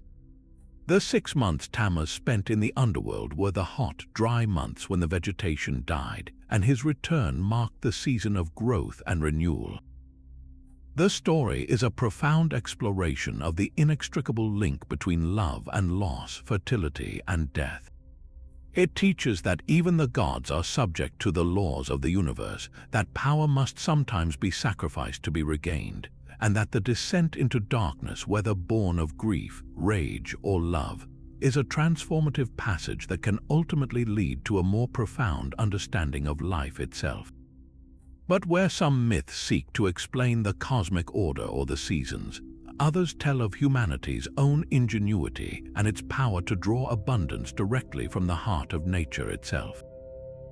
We find such a story not in a warm Mediterranean climate, but in the deep, snow-laden forests and by the icy shores of the far north. Here, in the land of 1,000 lakes and the long winter night, the Finnish people composed an epic of profound magic and melancholy, the Kalevala. And at the heart of its swirling, shamanistic poetry lies a quest not for a person or a place, but for an object, the most wondrous artifact ever conceived, the Sampo. It was no mere treasure chest or simple charm. It was a mystical, self-perpetuating mill, a forge of cosmic creativity. Its lid spun of many colors, and its very essence was generative power. With every turn of its magical gears, it would grind out boundless prosperity. One side milled endless stores of salt, a precious commodity for preservation and life. Another side produced a continuous flow of grain, ensuring no one would ever face famine. and the third, most wondrous of all, minted an inexhaustible supply of gold coin, creating wealth from the very air. It was the ultimate prize, the physical embodiment of a society's deepest wish for security and abundance against a harsh and unforgiving landscape. Its creator was the legendary blacksmith god Ilmarinen, one of the great heroes of the Kalevala. His forging of the Sampo was a task of heroic, supernatural effort. He did not simply hammer iron at an anvil, he had to capture the very elements of creation itself. The epic describes how he sought a single breath from a vast number of mighty forces to fire his furnace. The breath of the wind, the gentle exhalation of the spring, the mighty sigh of the waves, and even the mystical vapor of a sweating horse. After gathering these primordial energies, he labored for 3 days without success. Finally, on the 4th day, the earth shuddered, the heavens shook, and the Sampo arose from the flames, its many-colored lid spinning, a masterpiece of divine craftsmanship. Yet, like all such powerful artifacts, the Sampo became a source of conflict rather than unity. Ilmarinen had forged it to win the hand of the daughter of Lauhi, the powerful and cunning witch queen of the cold northern land of Pohjola. She accepted the Sampo as a bride price and took possession of it, hiding it deep within a copper-bearing mountain, where its benefits were hoarded for her people alone. This act of greed, of withholding nature's bounty from the wider world, could not stand. The heroes of the Kalevala, the wise old bard Väinämöinen, the skilled Ilmarinen, and the hot-headed warrior Lemminkainen sailed north on a perilous quest to steal the Sampo back and share its gifts with all of Finland. Their journey was fraught with danger, overcoming magical obstacles set by Lauhi, until they finally succeeded in securing the artifact and loading it onto their ship. But the vengeful Lauhi raised a terrible storm and pursued them in a monstrous warship. A colossal battle erupted on the waves, and though the heroes were victorious, the Sampo was lost in the chaos, shattered upon the rocks and scattered across the sea. Its loss was a tragic moment, but also a hopeful one. The pieces of the Sampo did not lose all their power. The larger pieces sank to the bottom of the sea, where it is said they still grind away, churning the salt that makes the ocean salty. Smaller fragments washed ashore, bringing Finland what little fertility its rugged soil possesses, and a single piece of its broken lid, its many-colored lid, was carried by the waves to the shore where Väinämöinen found it. He did not despair over the loss of the whole, but instead gave thanks for this fragment, praying that it would forever bring his people good fortune and abundant harvests. The myth of the Sampo is a beautifully pragmatic and deeply environmental story. It doesn't speak of a golden age lost forever, but of a fractured prosperity that we must gather from the world around us. It suggests that true wealth isn't a hoarded object, but the sustainable gifts of nature, the salt from the sea, the grain from the earth, the fertility of the land. The shattered Sampo is a powerful symbol that abundance is not gone. It is simply scattered, and it is our duty to collect its fragments through hard work, respect for nature, and cooperation, making our own luck from the pieces that wash up on our own shores. Soaring now from the fragmented hopes of the Sampo, we ascend into the pure, rarefied air of ancient Persia, to a realm where wisdom takes flight on magnificent, all-encompassing wings. Here, in the heart of mystical tradition, resides a creature of such profound benevolence and knowledge that its very existence is a balm to the soul, the Simurgh. This is no ordinary bird of prey or simple celestial messenger. The Simurgh is a being of absolute synthesis, its name itself meaning 30 birds, hinting at its immense scale or perhaps its collective nature. It is a creature so vast that its wingspan can blot out the sun, and so ancient that it has witnessed the destruction of the world 3 times over, making it the keeper of all cosmic history. Its true home is not a nest of twigs, but the very apex of the tree of knowledge, the Geakarena or Simurgh tree, which stands at the very center of the cosmic ocean, Virukasha. This is no ordinary tree. It is the source of all the seeds of the plant world, and it is guarded by the simurgh, whose immense wings, when they beat, send these seeds scattering on the winds to populate the entire earth with vegetation. The simurgh's feathers are a palette of majestic colors, the vibrant copper of a desert dawn, the deep, soulful azure of a twilight sky, and the brilliant white of a pure, untrodden snow. Its face possesses the gentle wisdom of a human, reflecting its deep intelligence and compassion, while its powerful claws can carry a whale or an elephant with ease, symbolizing its immense strength tempered by grace. This majestic being is the ultimate symbol of healing. It is said that the simurgh's feathers possess miraculous restorative properties, and that its song can cure any illness and soothe any troubled heart. Its most profound act of healing is found in the epic poem The Conference of the Birds by the 12th century poet Attar of Nishapur. In this allegorical masterpiece, the birds of the world, representing human souls, embark on a perilous journey to find their legendary king, the simurgh. They are led by the wise hoopoe, and their quest is fraught with challenges across 7 treacherous valleys: quest, love, knowledge, detachment, unity, astonishment, and finally annihilation. Many birds perish or turn back, succumbing to their own flaws and excuses. Only 30 steadfast birds, purified by their trials, finally reach the simurgh's mountain abode. There they look into a lake, expecting to see their king, but instead see only their own reflections. They then gaze upon the simurgh itself and realize the profound truth that simurgh also means 30 birds in Persian. They understand that the divine king they sought was not an external being, but the collective, purified essence of themselves. They did not find the simurgh, they became the simurgh, achieving a state of unity with the divine through self-knowledge and the annihilation of the ego. This beautiful paradox is the core of the simurgh's wisdom, that true enlightenment and healing come from within, from the journey of self-discovery and the unity of all beings. The simurgh is not a god to be worshipped from afar, but a state of being to be realized. In Persian art, the simurgh is often depicted in breathtaking miniatures, its magnificent form intertwined with intricate floral patterns and celestial motifs, often shown bestowing its grace upon heroes or sheltering the tree of life. It represents a fusion of the earthly and the divine, a bridge between humanity and cosmic understanding, offering not just the healing of the body, but the far greater healing of the spirit. Now we travel to the ancient, misty forests of the Appalachian Mountains, where the Cherokee people tell a story about a time before warmth and light, a time when the world was a place of cold shadows. In this primordial age, the people suffered through endless nights, shivering without the comfort of a flame to cook their food, harden their spear tips, or gather around for stories.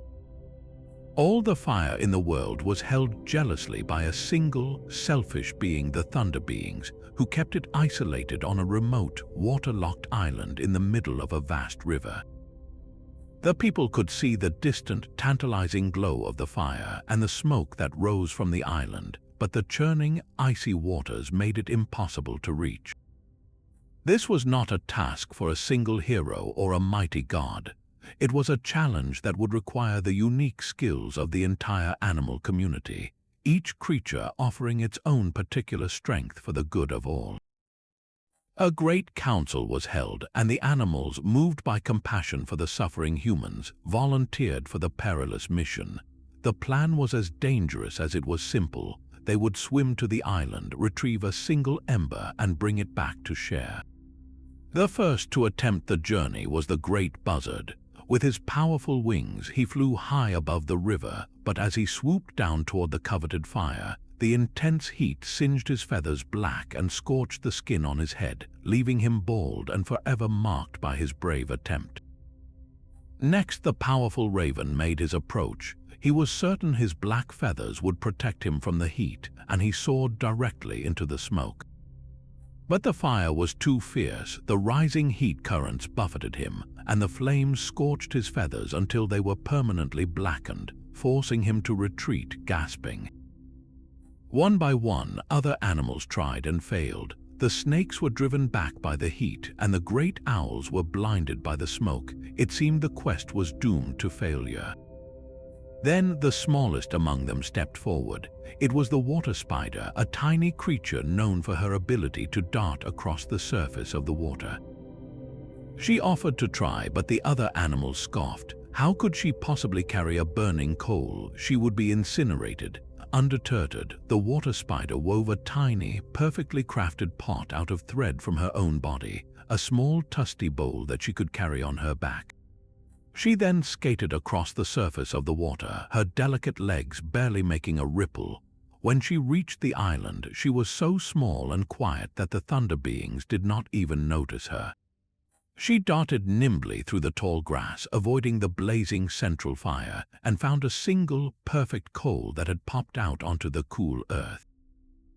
She carefully placed the glowing ember into her tiny clay pot, secured it on her back, and skated all the way back across the river, delivering the gift of fire to the waiting people and animals. Her success was a triumph not of strength but of cleverness, bravery, and using one's specific gifts for the collective good. This myth is far more than an origin story for fire. It is a foundational lesson in the Cherokee worldview. It teaches that every being, from the largest predator to the smallest insect, has a vital role to play in the balance of the world. The story establishes a sacred covenant of reciprocity between humans and the animal kingdom. We are indebted to them for this fundamental gift, and in return, we owe them our respect and gratitude. The animal's willing sacrifice is remembered in their physical forms to this day. The buzzard's bald head, the raven's black feathers. These are not flaws, but badges of honor, permanent reminders of their courage. The water spider, in particular, exemplifies that size is no measure of one's capacity to change the world. Her ingenious solution, creating a vessel to carry the fire, speaks to the power of intellect and artistry over brute force. This narrative is a powerful counterpoint to myths where gods bestow gifts upon humanity. Here, the gift is earned through the cooperation and sacrifice of our animal relatives, forging a kinship that obligates humans to live in harmony with the natural world, never taking its inhabitants for granted. But of all the gifts and curses bestowed upon humanity, none is more famously misunderstood than the one delivered by the first woman, created not as a companion but as a punishment. We return now to the world of the ancient Greeks, to a myth of profound complexity that attempts to answer one of humanity's oldest and most painful questions. If the gods made us, why did they allow such suffering into our world? The story of Pandora is not a simple tale of feminine curiosity. It is an intricate narrative of divine retribution, unintended consequences, and the fragile nature of hope itself. Our story begins, as so many Greek tragedies do, with an act of defiance against the gods. The Titan Prometheus had stolen fire from the hearth of Olympus and given it to humanity, granting them not just warmth and protection, but the spark of civilization, technology, and progress. Zeus, enraged by this theft and the sudden elevation of mortals, devised a punishment that would target all of humanity for the crime of one Titan. He commanded the smith god Hephaestus to mix earth and water and to sculpt the first woman. The other Olympians were then commanded to bestow upon her their most alluring gifts. Aphrodite gave her unparalleled beauty and grace, along with the power to inspire overwhelming desire. Athena clothed her in a magnificent silver robe and an intricately woven veil, and taught her the domestic crafts of weaving. Hermes, however, on the orders of Zeus, gave her a cunning and deceitful mind and a shameless, thieving nature. He also gave her her name, Pandora, meaning the all-endowed or the all-gifted. She was, in essence, a beautifully crafted trap, sent not with malice but with a deceptive smile. Her final and most famous gift was a large jar, often mistranslated in later centuries as a box given to her by Zeus with the strict and ominous instruction never to open it under any circumstances. Zeus then sent this perfectly crafted creature as a gift to Prometheus's simpler brother, Epimetheus, whose name means hindsight. Despite Prometheus's warnings never to accept a gift from Zeus, Epimetheus was utterly captivated by Pandora's beauty and welcomed her into his home, making her his wife. For a time, they lived in the world as it was meant to be, a golden age without toil, sickness, or sorrow. But Pandora, endowed with a divine and restless curiosity, could not stop thinking about the sealed jar. What magnificent treasure could the king of the gods have entrusted to her? Finally, unable to resist any longer, she lifted the heavy lid just a crack, intending only to steal a quick glance. In that instant, a terrible, invisible swarm erupted from the jar, escaping into the wide world. These were not physical creatures, but the spirits of all the evils that now plague humanity. Bitter sorrow, relentless travail, debilitating sickness, gnawing envy, and petty strife. They spread across the earth, entering the hearts and homes of every person, bringing an end to the age of innocence. Horrified by what she had done, Pandora slammed the lid back down as quickly as she could, but it was too late. The contents had escaped. All that remained inside, trapped beneath the lip of the jar, was one last spirit, Elpis, the spirit of hope. This is the moment that has fueled philosophical debate for millennia. Why was hope left inside? Was it a final, cruel joke from Zeus? If all the evils were now free, was hope imprisoned to ensure humanity would have no comfort, doomed to face a bleak existence without respite? Or was its containment an act of mercy? Perhaps hope was kept in the jar to prevent it from escaping the world alongside the evils, ensuring that it remained a potent force available to humanity, a gift to help us endure the very miseries that had been unleashed. The ancient Greeks themselves were deeply ambivalent about Elpis. The word could mean a positive, expectant hope, but it could also mean a more blind, delusive expectation that leads to inaction. By keeping it in the jar, Zeus may have been ensuring that hope did not abandon humanity, but also that it remained just out of easy reach, something we must actively work to access. This myth was the Greek way of explaining the human condition. It acknowledges that suffering is an intrinsic part of our existence, not a result of our individual sins, but a foundational element of the world order established by the gods. It is a story that reflects a worldview where beauty and danger are inextricably linked, where the very gifts that make life desirable, curiosity, desire, intelligence, can also lead to our downfall. The figure of Pandora was a popular subject in classical art, depicted on everything from massive clay storage jars to delicate jewelry. She is often shown being crowned by a small figure of hope, a subtle acknowledgement that even in the moment of her greatest mistake, the capacity for redemption was still present. Her story is a powerful reminder that the world is a complex tapestry of light and shadow, and that our greatest challenges are often the price we pay for the gifts of knowledge, progress, and the enduring, elusive promise of hope itself. And so we arrive on the banks of the Nile, where the daily journey of the sun was not merely a cycle, but a perilous act of divine consumption and rebirth. High above the earth, arched protectively over her brother and husband, the earth god Geb, was the goddess Nut.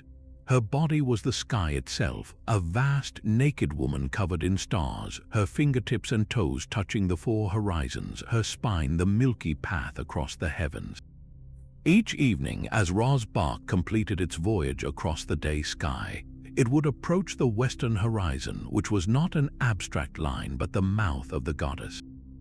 In a breathtaking act of celestial devotion, Nut would lean down and swallow the sun god and his entire solar entourage whole, plunging the world into the darkness of night. For the next 12 hours, Ra's journey continued, but now it took place within the dark, cavernous body of the sky goddess herself.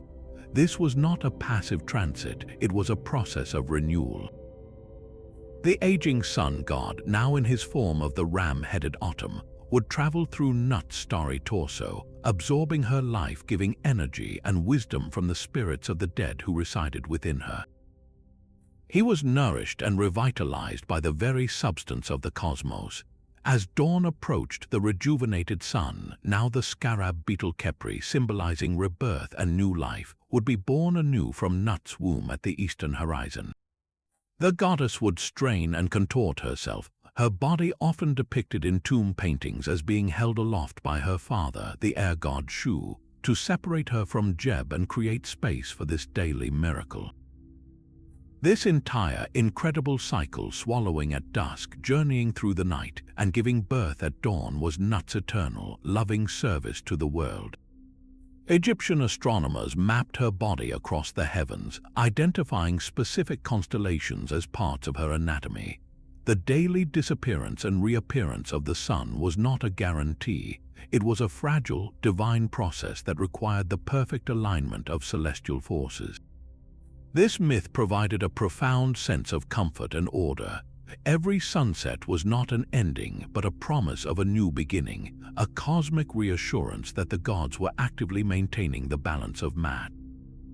To witness the sunrise in ancient Egypt was to witness the successful conclusion of a perilous nocturnal journey and the triumphant rebirth of light, all made possible by the never-ending, star-studded embrace of the great Sky Mother, Nut. Far to the north, where the ice meets the sea in a world of endless white, survival depends on a delicate, sacred balance between humanity and the unforgiving ocean. Here, the Inuit people tell a story not of a distant, indifferent god, but of a wounded and powerful mother whose very body became the source of all life and whose moods dictate the fate of every hunter. This is the harrowing and profound myth of Sedna, the mistress of the sea depths. Her story begins not in a celestial realm, but as a young, headstrong woman living with her father in a lonely coastal camp. Known for her astonishing beauty, she was also fiercely independent, rejecting every suitor who came from the neighboring villages, finding none of them worthy. This pride would set in motion a tragedy of cosmic scale.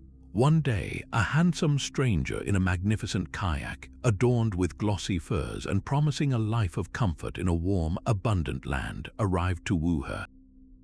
Sedna, believing she had finally found a match of equal stature, agreed to go with him, but as they journeyed across the water, the stranger's true form was revealed. He was not a man, but a fulmar, a powerful bird spirit in disguise, and he took her not to a palace, but to a desolate, rocky nest on a barren cliffside, where she lived in misery, cold, and hunger, betrayed by false promises. After what felt like an eternity of suffering, her father, hearing of her plight, braved the journey to rescue her. He killed the fulmar husband, placed a grieving Sedna in his kayak, and turned for home. But the fulmar's kin, enraged by the murder, pursued them across the open water, summoning a monstrous storm that threatened to capsize the tiny boat. As the waves grew higher and the winds screamed, her father was gripped by a primal, selfish terror. Convinced the angry bird spirits were punishing them for taking Sedna, he made a horrific decision to save himself. As his daughter clung to the side of the kayak, he seized a hunting knife and hacked at her fingers, trying to force her to let go. One by one, her fingertips, frozen and bloody, fell into the churning, icy sea. But Sedna, in her desperation and will to live, clung on tighter, so her father slashed again, this time severing her hands at the wrists, and her mutilated body sank into the black, freezing depths. It was in this moment of ultimate betrayal and sacrifice that a transformation began. As her severed fingers and hands drifted down through the dark water, they did not simply dissolve. They underwent a miraculous change, swelling and transforming into the first of all sea creatures, the seals, the walruses, the whales, and the fish. Her body itself settled on the ocean floor, where her hair became the long, flowing kelp forests, and her spirit became the powerful, immortal goddess of the sea, Adlavan. From her new home in the cold darkness, Sedna rules over all marine life, which is in essence a part of her own being. She holds the ocean's bounty hostage, and her emotional state directly controls the fortunes of the Inuit people. When she is content and her hair is neatly combed by a visiting shaman, she releases the animals willingly, allowing the hunters to find success and their families to eat. But when she is angered by broken taboos, by disrespectful hunting practices, or by the lingering pain of her father's betrayal, she lets her long, tangled hair flow wild. This matted hair traps the sea creatures, preventing them from being caught. She also summons ferocious storms, blizzards, and treacherous sea ice to punish humanity, ensuring no kayak can even leave the shore. This relationship necessitates one of the most intense spiritual practices in the world, the shaman's journey to appease Sedna. When famine strikes and the game disappears, the community knows Sedna is upset. The Angakuk, or shaman, must then enter a deep trance. Their soul undertakes a perilous voyage down to the bottom of the sea, facing numerous spirits and obstacles along the way. When they finally reach Sedna's dwelling, they must perform the delicate, intimate task of combing the tangles from her hair while listening to her grievances about the misdeeds of the people. The shaman then returns to the community, relays Sedna's messages, and the people must collectively atone for their actions. Only then will she release the animals, restoring the balance and allowing life to continue. This myth is the absolute cornerstone of Inuit ecology and morality. It is not merely a story, it is a practical, spiritual, and ethical guide for living in harmony with a fragile environment. It teaches that the sea is not a limitless resource to be plundered, but a conscious, feeling entity that must be treated with respect and gratitude. Every successful hunt is a gift from Sedna, and every part of the animal must be used honorably. Wasting any part of a seal or a whale is a profound insult to the goddess who is that very animal. The story explains the terrifying unpredictability of the Arctic weather and the scarcity of game not as random events but as direct consequences of human behavior. In a world where survival is a daily negotiation with the elements, Sedna's myth provides a framework for understanding that negotiation, placing the responsibility for collective well-being squarely in the hands of the community, forever bound to the wounded, powerful mother of the sea. But just as the great churning of the ocean brought forth both poison and nectar, the moon that emerged from those frothing waters, the radiant god Chandra, would find his own existence marked by a beautiful, painful duality. His story is one that intimately ties the cosmic to the personal, explaining the very rhythm of the moon in our sky through a divine drama of passion, transgression, and ultimate balance. While the elixir of immortality was the great prize of the Samudra Manthan, the rising of the moon was its most poetic and visually stunning gift. As the luminous, cooling orb ascended from the primal sea, it was the great god Shiva who claimed it, placing it upon his matted locks as a celestial adornment, a calming counterpoint to the fiery energy of his third eye. This single act forever linked the moon to themes of tranquility, wisdom, and asceticism in the Hindu imagination, but Chandra's journey was just beginning. He was wed to the 27 daughters of the great sage Daksha Prajapati, who were themselves the 27 nakshatras or lunar mansions, the specific constellations the moon passes through on its monthly journey across the heavens. This marriage was a celestial mandate. Chandra was to divide his time equally among his wives, spending one day with each, his waxing and waning light bringing a balanced blessing to each star sector in turn. Yet the heart, even a divine one, is not always governed by duty. Chandra developed an overwhelming, exclusive passion for just one of his wives, the beautiful Rohini. He became so utterly enamored that he abandoned his cycles, lavishing all his luminous attention solely on her, leaving his other 26 consorts in cold, bitter darkness. Their sorrow, as you might imagine, turned to righteous anger. They went to their father, Daksha, who was furious at this blatant disrespect for cosmic law. He confronted Chandra and commanded him to honor his commitments equally, but the moon god, lost in his infatuation, refused. In response, Daksha laid a horrific curse upon him. He would gradually waste away, his brilliant form diminishing bit by bit until nothing remained. The curse took immediate effect. As Chandra began to fade, so too did the vitality on Earth, plants withered and the world grew colder. Panicked and weakened, the moon god realized his error and appealed to Lord Shiva for mercy. The great ascetic could not revoke the curse entirely, but he softened its blow, decreeing that Chandra would indeed wane for 15 days, but would then be rejuvenated and wax again for the next 15, creating an eternal cycle of decay and renewal. This is why we have the phases of the moon. The dark moon, or Amavasya, represents the depth of his penance, while the full moon, Purnima, is the pinnacle of his regained glory and his brief, joyful reunion with his beloved Rohini. This myth is not just a story, it is a living framework deeply embedded in the rhythm of Indian life. The lunar calendar dictates the timing of virtually all Hindu festivals. The joyous celebration of Diwali occurs on the new moon of Kartika, symbolizing the victory of light over the deepest darkness. Holi, the festival of colors, erupts on the full moon of Falguna, a celebration of love and vibrant life at the moon's peak power. In Vedic astrology, or Jyotish, the moon is considered even more significant than the sun.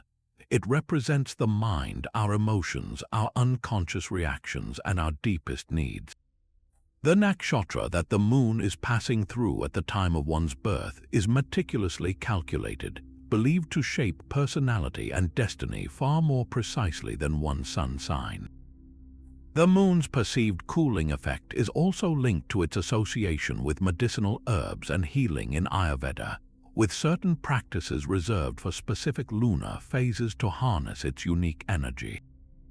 Chandra's story is a profound allegory for the human condition, teaching that unchecked desire inevitably leads to loss and decay, but that through humility and the acceptance of natural cycles, balance and renewal are always possible.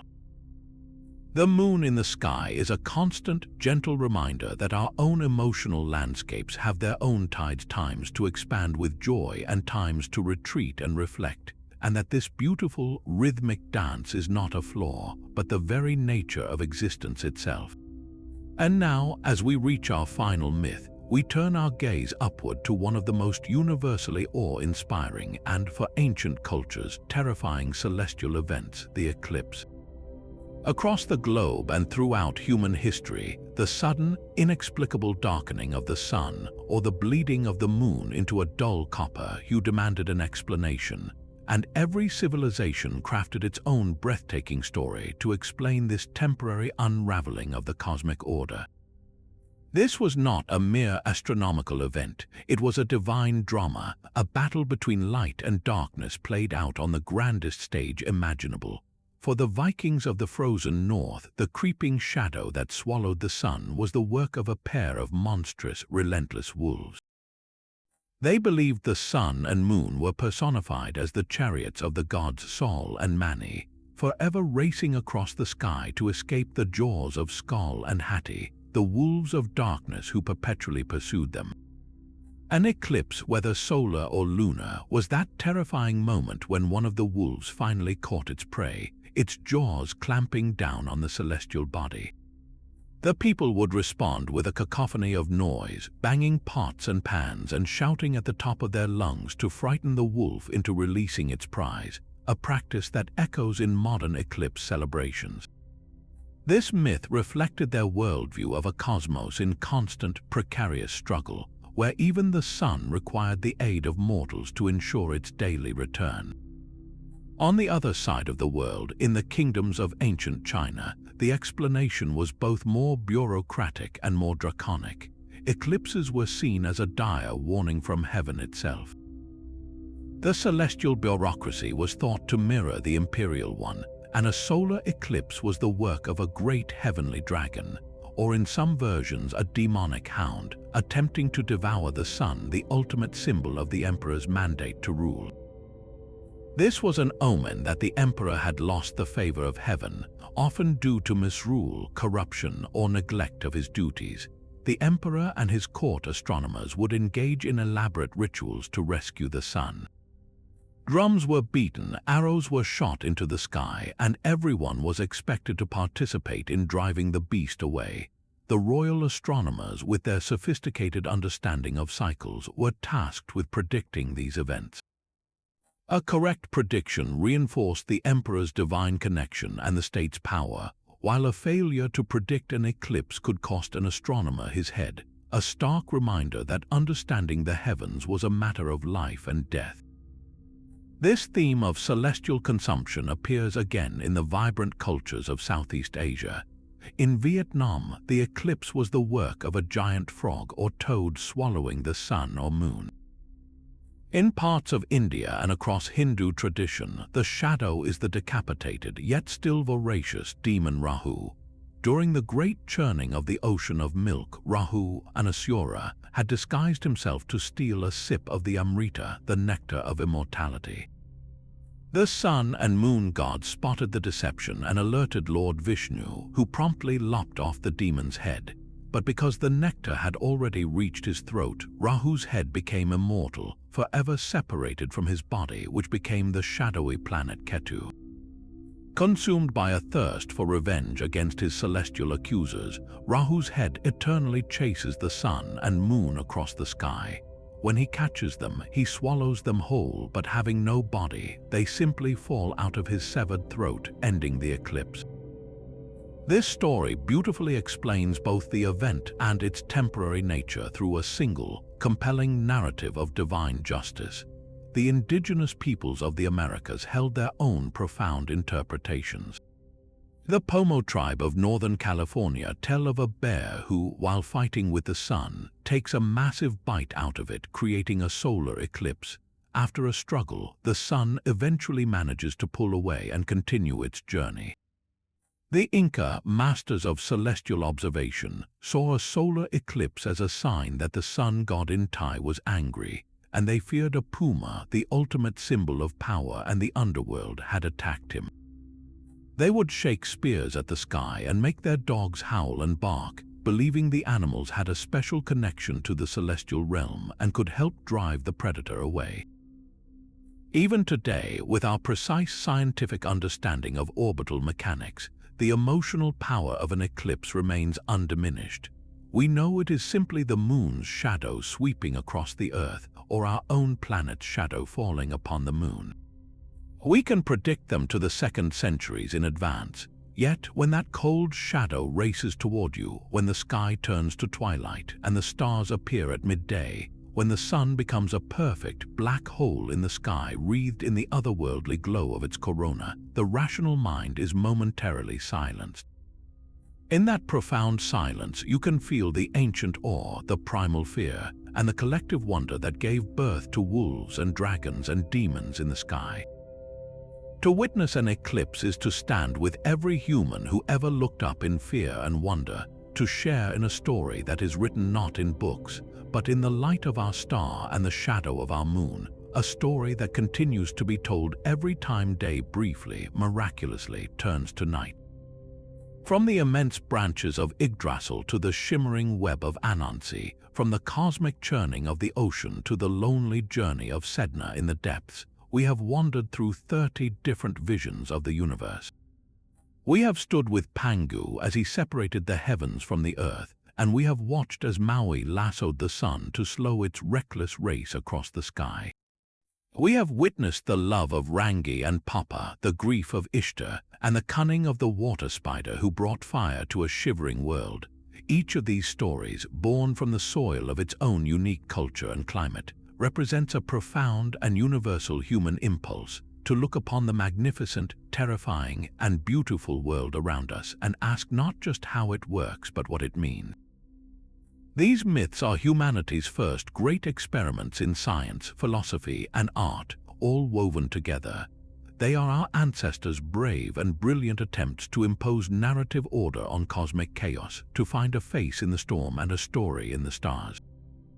They gave names to the unknown and found purpose in the patterns of the sun and the seasons, while our telescopes and microscopes now give us different answers to the how. These ancient stories continue to answer the why we feel awe under a starry sky, why we mourn the shortening days of autumn, and why we feel a deep, abiding connection to the natural world. They remind us that we are part of a very long, ongoing conversation about our place in this vast, mysterious cosmos. This collection is just the beginning. The world is overflowing with these incredible narratives, each one a key to understanding a different culture's heart and mind. Now, we would love to hear from you. Which of these 30 myths resonated with you the most? Was it the tragic quest of Gilgamesh, the celestial battles of the Aztec eras, or perhaps the quiet sacrifice of the muskrat for Turtle Island? Share your favorite in the comments below and tell us what it is about that story that captures your imagination. If you enjoyed this journey into the heart of historical mystery, make sure to subscribe and hit the bell so you don't miss our next exploration into the legends and enigmas that have shaped our world. Thank you for watching, and remember, every time you look up at the moon or feel the wind on your face, you are standing in the middle of a story.